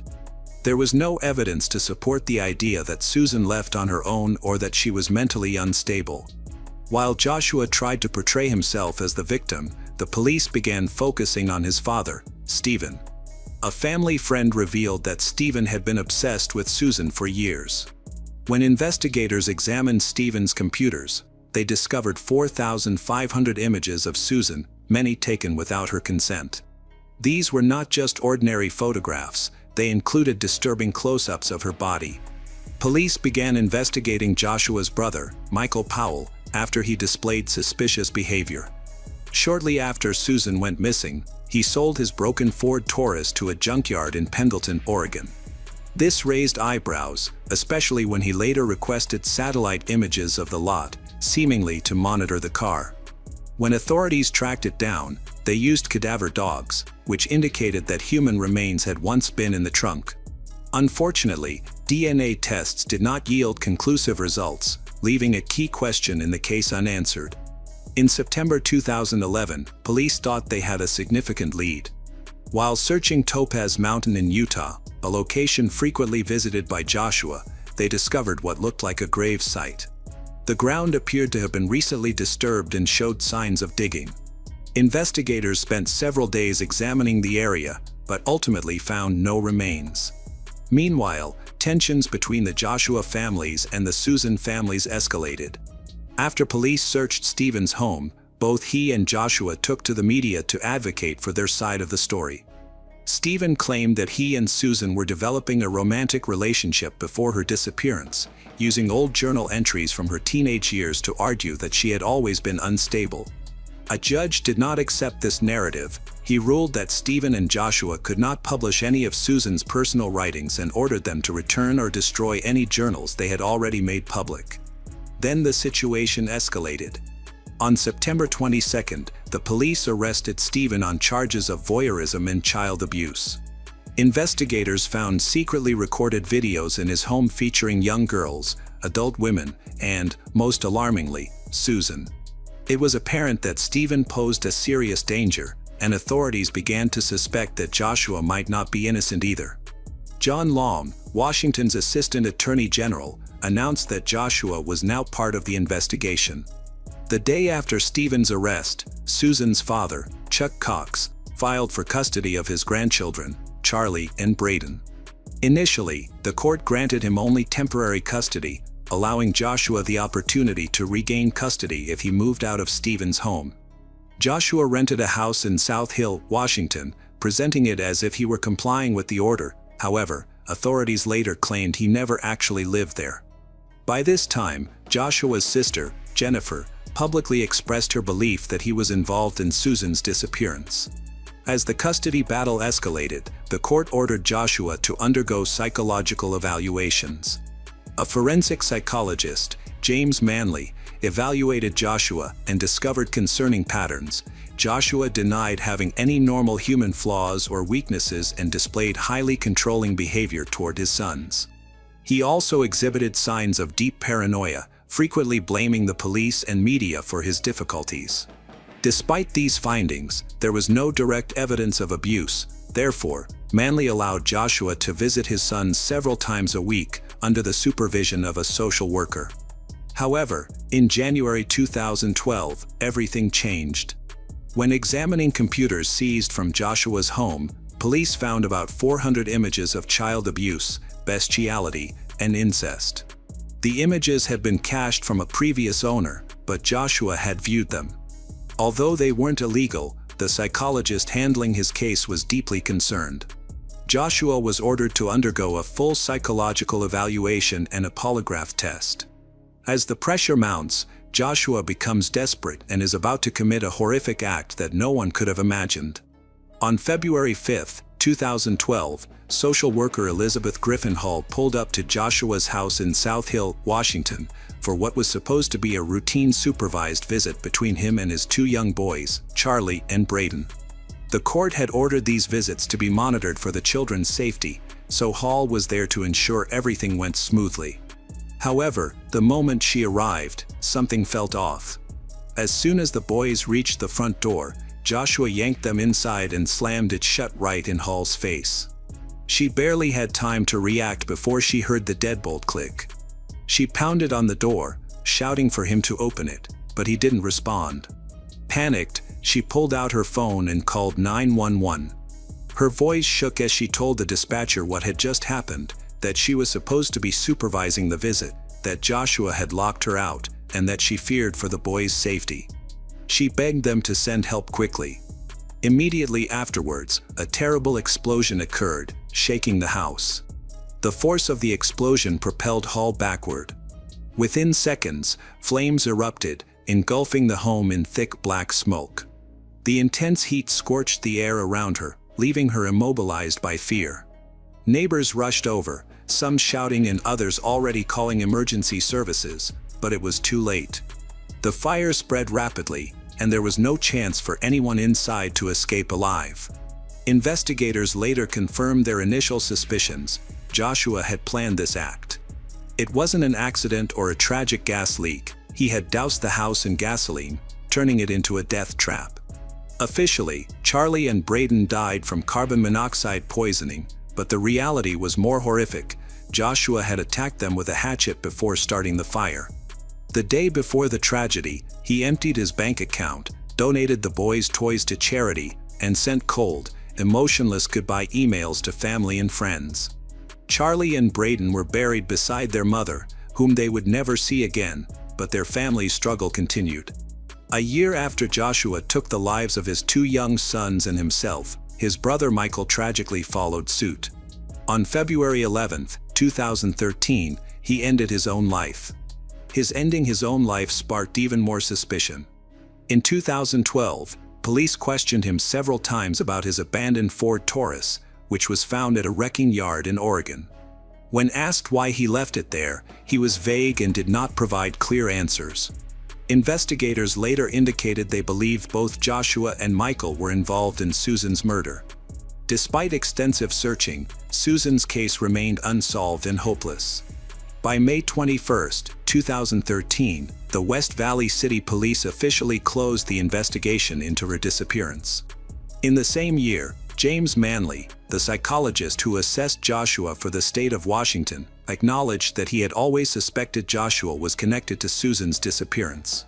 However, he did not include these suspicions in his official report, as his role was to evaluate Joshua's parenting, not to investigate a crime. The legal dispute over Susan's estate continued for years. In March 2015, Susan's father, Chuck Cox, finally prevailed in a lengthy legal battle against Terica and Alina Powell, who had attempted to declare Susan legally dead in order to collect life insurance. As a result, Chuck gained full control of the estate. In 2019, a surprising revelation came to light. KSL, a radio station in Salt Lake City, reported on its detailed podcast about Susan's case, called Cold, that disturbing child abuse material found by West Valley City Police, which contributed to Joshua losing custody of his sons, did not actually belong to him. In fact, it wasn't even found on his computer. The explicit images were located on a second-hand computer that Susan had bought from fellow members of her LDS church. The previous owners had viewed the content, but by the time this information surfaced, it was too late to rectify the situation. The damage had already been done. In early 2022, there was one final attempt to locate Susan's remains. A team led by Dave Sparks, known from the TV show Diesel Brothers, searched a remote mine shaft in the Utah desert in hopes of bringing Susan home. They discovered rib bones, what looked like human vertebrae, and pieces of clothing, indicating that someone had died there. The remains were sent for DNA testing, but once again, there was no success. The bones did not belong to Susan, and they were not even human. A pair of pants found with the remains tested positive for male DNA, raising another question: to whom did they belong? More importantly, will Susan Powell ever be found? It was here in 1985 that Captain Gary Eastburn lived with his wife Catherine and their 3 daughters, about 10 minutes from the base where he served. Shortly before the events in question, Captain Gary received a promotion, which required him to undergo training at officer school. Consequently, he had to leave his family for a while, attending officer school in Montgomery, Alabama, for about 10 weeks. This was an important step, as the family was planning to move to England, where Gary could serve in the Royal Air Force. Gary had a strong marriage that lasted for 10 years, and they kept in touch while separated. However, on Saturday, May 11, 1985, Gary tried to call his wife several times, but to no avail. He took advantage of several breaks to call but never received an answer. Finally, he reached out to one of his friends who remained on Fort Bragg and asked him to check on his wife. The man did so, but when he knocked on the door, no one answered. He couldn't wait forever, so he simply left Catherine a note, asking her to call her husband back as soon as she could. While shining a flashlight and walking around the house, the friend accidentally woke up a neighbor named Bob Seafelt. When Gary called Bob, he mentioned that he had no idea what was going on with Catherine, but everything seemed strange. After a fitful night's sleep, Bob woke up the next day, with troubling thoughts swirling in his mind. He noticed that a stack of newspapers had piled up near the neighbor's door and realized he had last seen Catherine leave for the store on Thursday. Bob went to the neighbor's door and knocked, but no one answered. Listening closely, it seemed to Bob that he could hear a child crying inside. Knowing the family well, he assumed it was the youngest daughter, who was about 2 years old at the time. Concerned about the situation, Bob called the police at 12:53 p.m. and asked them to check on the family. When the patrolman arrived at the scene, they began the standard procedure and shone his flashlight through the windows. They saw the baby in a crib, appearing pale and emaciated. Despite the protocol the officer needed to follow, they instinctively felt that something alarming had occurred. A patrolman immediately cut through the window screen and entered the house. Upon entering, he saw the baby girl, who was alive but in dire condition. Later, authorities reported that a few more hours in that house could have been fatal for her. After handing the baby over to his partner, the patrolman returned inside the house, checking the rooms with his weapon drawn. In the main bedroom, he discovered the lifeless body of 3-year-old Erin Eastburn. A pillow covered the child's face, and it was apparent that her throat had been cut, with her head nearly severed from her body. She lay on the floor next to her parents' bed, where Catherine also lay. A pillow covered Catherine's face as well. When the officer removed it, he saw that her throat was cut, she was naked and had suffered multiple stab wounds, indicating she had been abused. The scene was horrifying, with blood everywhere. The patrolman ran outside, trying to catch his breath. When he was reminded that the family had 3 children, they still needed to find one more child who might be alive and in danger. He returned to the house, found Kara, but there were no signs of life. The 5-year-old had died in the same manner as her mother and sister. When the investigation began, detectives quickly noticed that a similar crime had occurred 15 years earlier involving a military family, the MacDonald family, who were killed in a similar fashion. This crime was committed by a military man, a husband and father named Jeffrey. Numerous coincidences were found in the handwriting of the criminals and the circumstances of these 2 murders, suggesting that they could have been committed by the same person. However, at the time of the massacre of the Eastburn family, Jeffrey MacDonald was already behind bars and could not have been involved in this crime. Rumors spread quickly, leading many to believe that Jeffrey MacDonald could have had an accomplice or an imitator. Forensic experts found blood all over the house, as well as clear traces of cleaning in some places, indicated by X stains of blood. It was obvious that the criminal had tried to clean up but left even more traces. Using luminol, investigators could see that the marks had been erased on the bathroom door handles. Likely, the perpetrator used a towel that had been thrown into the laundry basket. The crime was believed to have been committed between 8 p.m. on May 9 and 3 a.m. on May 10, 1985. As it turns out, the last person to see the family alive was the nanny, Julie. The young girl had been babysitting the youngest daughter for several days before their bodies were found and was automatically placed on the suspect list. Julie mentioned prank calls that Catherine had complained about before she was killed. Some man had been calling several times a day for 3 months, but it didn't particularly bother Catherine. She didn't feel any danger from these calls and never went to the police. Julie remembered another person with whom Catherine had been in contact, a certain Angela who was going to take the dog from the Eastburns, Dixie. Due to plans to move, they decided to give it away because there was no one to leave it with. According to the nanny, Catherine had left an ad in the newspaper, and after that, she received a call from Angela. Julie was curious about what happened next and unexpectedly shifted the focus back to the bloody crime of 15 years ago. She was worried that it could have been committed by a copycat of Jeffrey MacDonald and wanted to know what the police thought about it. The detective had no trouble getting the suspicious nanny to talk. She willingly shared her long friendship with Dr. MacDonald, believing that he was innocent. They had known each other for a long time and even exchanged letters for several years while he was in prison. When she was asked about her interest in the case, she was unable to justify his behavior, and the detective did not pay much attention to her words. When she confirmed her alibi, he simply removed her from the list of suspects. The police continued to work in the Eastburn house even after midnight, despite the late hour. A young man named Patrick Cohn approached them and decided to tell them about what he saw on the night of Friday, May 10, 1985, at about 3:30 a.m. He noticed a tall, fair-skinned man in jeans, a knitted hat, and a black jacket leaving Eastburn house.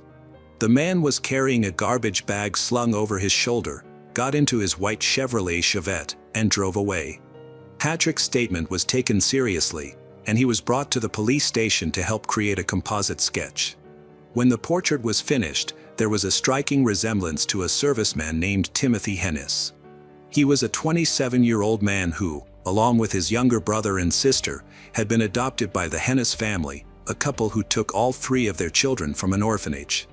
They grew up in a fairly well-off family in Minnesota, which provided them with a bright future.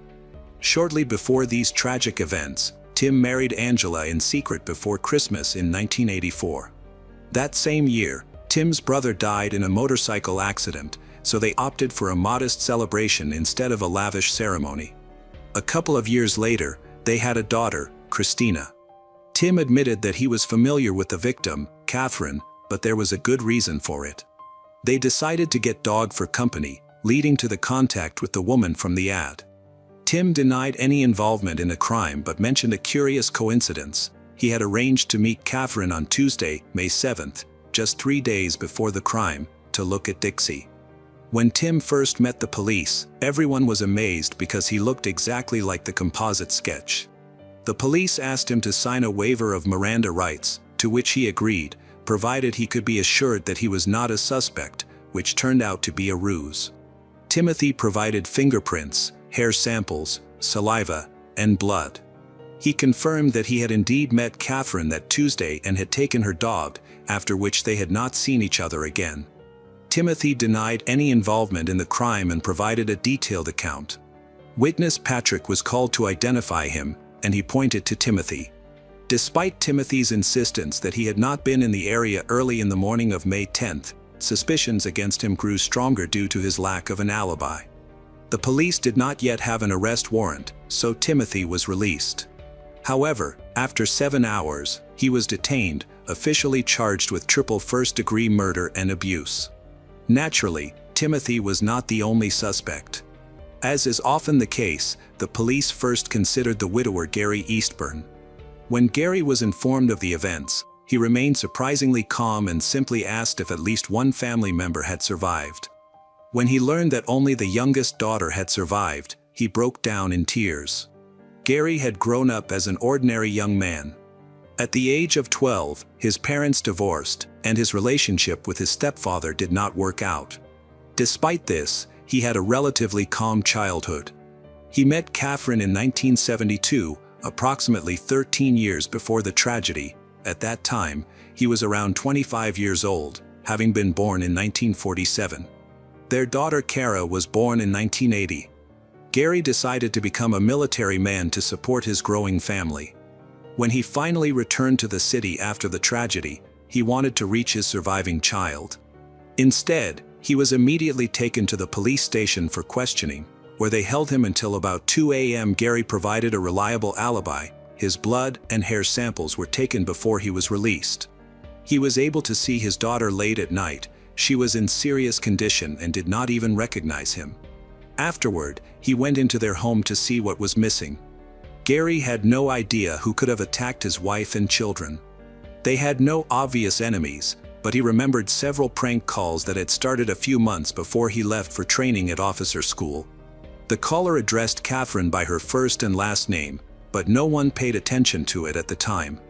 Everyone thought it was just teenagers playing around, so no one raised the alarm. Now, in light of the tragic events, the calls seemed more suspicious. However, they could not be tracked due to a lack of technology at that time. After inspecting the house, the police reported that a metal safe containing important family documents was missing, along with $300 in cash that had been set aside for Christmas and Catherine's wallet with bank cards. This provided valuable clues.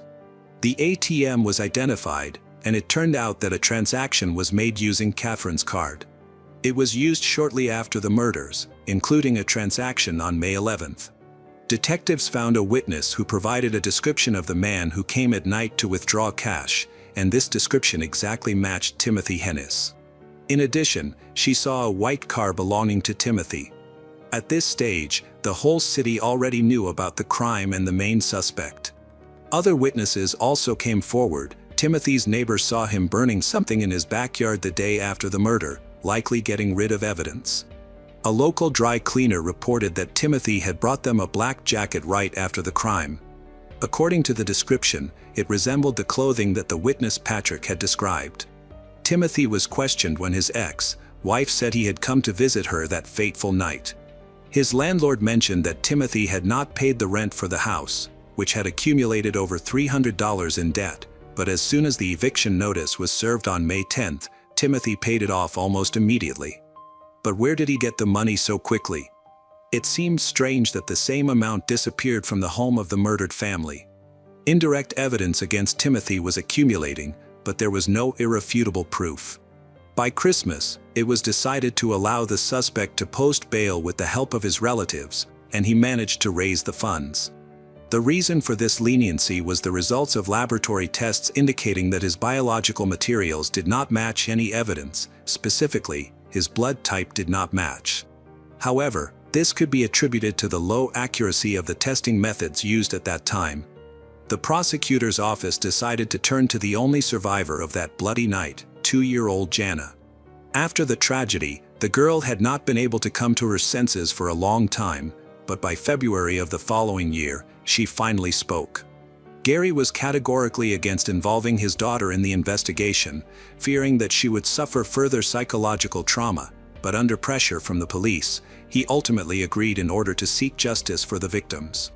A special psychologist from North Carolina held 5 recorded conversations with Jana. During this time, she experienced several panic attacks and was still unable to recognize Timothy's photo. Based on the results of these sessions, it remained unclear whether there was one perpetrator or multiple criminals. Thus, the prosecutor's office decided to refuse to use Jana's testimony in the case. The trial was set for April 27, 1986. Timothy rejected the plea bargain offered by the prosecution. His lawyer wanted to change the location of the hearing but ultimately decided it would not make much difference. Instead, the defense focused on refuting the numerous circumstantial evidence on which the prosecution's case was based. The lawyer argued that the witness Patrick was lying when he claimed to have seen Timothy, described his appearance and car in such detail, especially since it had happened at night. He questioned how Patrick could have seen all of this in the dark. The lawyer discovered that the witness was going through a difficult time and had been pressured by the police. During numerous meetings with Timothy's lawyer, Patrick admitted that he might have made a mistake during the identification. The more he talked with the defense, the less certain he became about having seen Timothy on the street that night. On the day of the trial, the lawyer tried to get Patrick to admit that he had participated in the identification under pressure from detectives, but he did not.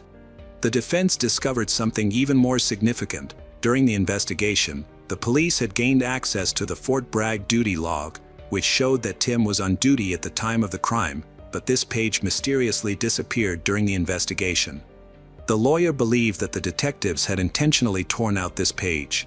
Now, the defense attorney pressed this fact, interpreting the police's behavior as an attempt to convict an innocent person by destroying evidence of his innocence. Timothy's family was away at the time of the crime. The prosecution proposed a theory that Timothy had taken advantage of his wife's absence to start a romantic relationship with Catherine and visited her home on that fateful evening. However, Catherine rejected his advances, which angered him, leading him to kill her and her 2 children. The discussion then turned to the bank card. It was determined that the payment method had been used at 2:52 a.m. on May 11th when the defendant was on duty. Although this could not be confirmed, there was reasonable doubt that Timothy could have used it. Even though there was still no confirmed alibi for the night of the crime, the lawyers systematically managed to destroy the majority of the prosecution's arguments and raised doubts among the jury in order to convince them of Timothy's innocence. The prosecution presented frightening photographs from the crime scene and autopsies of the victims, about 100 photographs, which were included in a slideshow that lasted more than an hour. The tension in the courtroom was palpable. Despite the defense attorney's desperate attempts to convince the jury of the defendant's innocence, on July 4, 1986, Timothy Hennis was found guilty on all counts. The defense attorney believed that the main reason for this verdict was their failure to insist on a change of venue. He felt that his job was not finished since Timothy was sentenced to death, so he focused on saving his client's life. Interestingly, just a few days after starting his sentence, Timothy received a postcard in prison signed by Mr. X. In it, a mysterious stranger claimed responsibility for killing Timothy's family and apologized for Timothy serving time for his crimes. Mr. X admitted that he had left North Carolina and had no intention of returning. Timothy informed his lawyer about the postcard. Later, it was used at the retrial, but at the time of its receipt, the prosecutor dismissed it as a forgery. During this period, Timothy's parents rallied around him. Despite their divorce, they made every effort to save enough money to pay for his defense. The Supreme Court of North Carolina was approached, and the lawyers cited bias, arguing that the jury had been provoked by the photographs. The defense insisted that nearly 100 gruesome images from the massacre were guaranteed to elicit a negative reaction from the jury. Despite the lack of irrefutable evidence against Timothy, it came to light that several detectives who led the case were nearing retirement. The lawyers believed they simply did not want to leave behind an unsolved crime of such magnitude and were seeking a scapegoat, which they considered Timothy Hennis to be. The defense successfully secured a change of venue to Wilmington, a coastal town located 100 kilometers from Fayetteville. The new prosecutor agreed to this change without hesitation, confident in the prosecution's tactics, but the defense was well prepared and closed all loopholes except for one. There was still no reliable confirmation of the defendant's whereabouts on the night of the murder. The defense aimed to discredit the prosecution's main witness, Patrick, in court. During the interval between the first and second trials, Patrick had committed several minor offenses, including driving without a license. When stopped by the authorities, he advised them to contact the district attorney since he was a witness in the Timothy case. The lawyers believed this statement practically indicated that he had received a bribe from the very beginning. More thorough examinations of the collected evidence refuted the case against Timothy. The shoe prints found inside the house were 3 sizes smaller than his. There was blood on a towel in the bathroom, as well as other traces that did not match his profile. The defense presented a black jacket to the judge that was tested for bloodstains.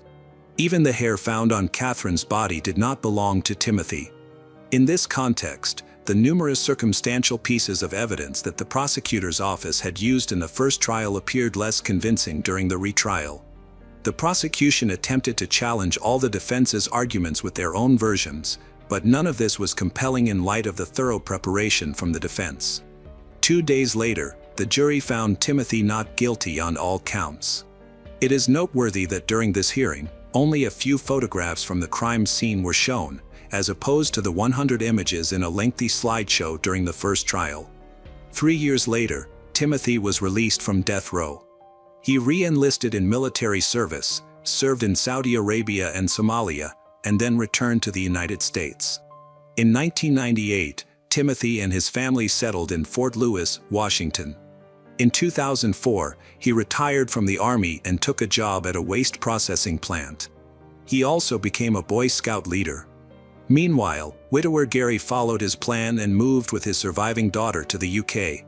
In 2009, he served in the Royal Air Force, after which he married a nurse. In 2009, after leaving the Air Force, Gary returned to the U.S. and settled in Washington. Subsequently, legislation was amended to prohibit retrials for individuals already convicted twice of the same crime. Disagreements arose on the basis that during the first trial, Timothy was in military service, thereby placing him under a different jurisdiction. This left the state in limbo, although it did not exclude the possibility that he could be brought to retrial. Despite such situations being rare in the state's judicial practice, they did not return to the case for almost 20 years. It seemed that life was improving, but the case of the triple murder remained unsolved. Finally, in 2006, a detective investigating particularly brutal murders decided to test the DNA materials collected from the body of Catherine. However, the only information the laboratory could provide at that time was that the collected samples belonged to a light-skinned individual. By 2010, the laboratory in North Carolina became embroiled in a significant scandal. It turned out that over the past decade and a half, the state crime lab systematically concealed or manipulated evidence to ensure convictions. This was revealed in at least 230 cases, 10 of which resulted in the wrongful conviction of innocent people sentenced to death. 3 of them even received lethal injections and were deprived of life. The DNA in the Eastburn case was retested, and the examination showed that the materials from the crime scene in the archive matched those of Timothy Hennis. In light of such convincing evidence, his trial was reopened for the 3rd time. Timothy hired the best military lawyer named Frank Spinner to lead his defense team. The lawyer attempted to tarnish the reputation of the victim, Catherine, by alleging that she was promiscuous with Timothy, hinting that that was why his DNA might have turned up in her home. Timothy argued that she was unfaithful to him and that the real killer was an individual named Mr. X, who had written a postcard to him while he was in prison. This attempt had the opposite effect. The prosecutor's office pointed out the obvious lie, as Timothy had previously denied any intimate contact with Catherine. He later claimed that he initially did not disclose the affair due to fear of exposure. Despite a fierce struggle for Timothy's freedom, the chosen tactics now appeared unconvincing. On April 15, 2010, a jury recommended that Hennis be sentenced to death. In addition, he was demoted to Private E1, stripped of all pay and allowances, dishonorably discharged from the United States Army. Hennis was incarcerated at the United States Disciplinary Barracks at Fort Leavenworth in Kansas, where he remains to this day. All his subsequent appeals were rejected. Under U.S. legislation, without the president's approval, they cannot execute him. Therefore, the likelihood that he will be deprived of life is low. The U.S. military has not executed anyone from its ranks since 1961. Interestingly, in 1985, when the murders of the Eastburn family occurred, a 20-year-old woman from Rochester, Minnesota, where Tim had lived for a long time, contacted the police to share her story. Upon hearing about the triple murder in North Carolina, she revealed that at the age of 11, she had been abused by Timothy Hennis. Unfortunately, due to a data error, she was not permitted to testify. Had she been allowed to do so, the outcome of the second trial, when he was acquitted, could have been entirely different, and he would most likely have been found guilty again. Even now, this trial raises more questions than answers. The story of the nanny, who cared for the Eastburn children, also raises many questions. Julie was addicted, and there were witnesses who heard her confess to the crime. Additionally, her unhealthy obsession with Jeffrey MacDonald, with whom she even corresponded, raises further doubts. Some supporters of Timothy believe that it was Julie who could have imitated her idol and killed the family with whom she worked.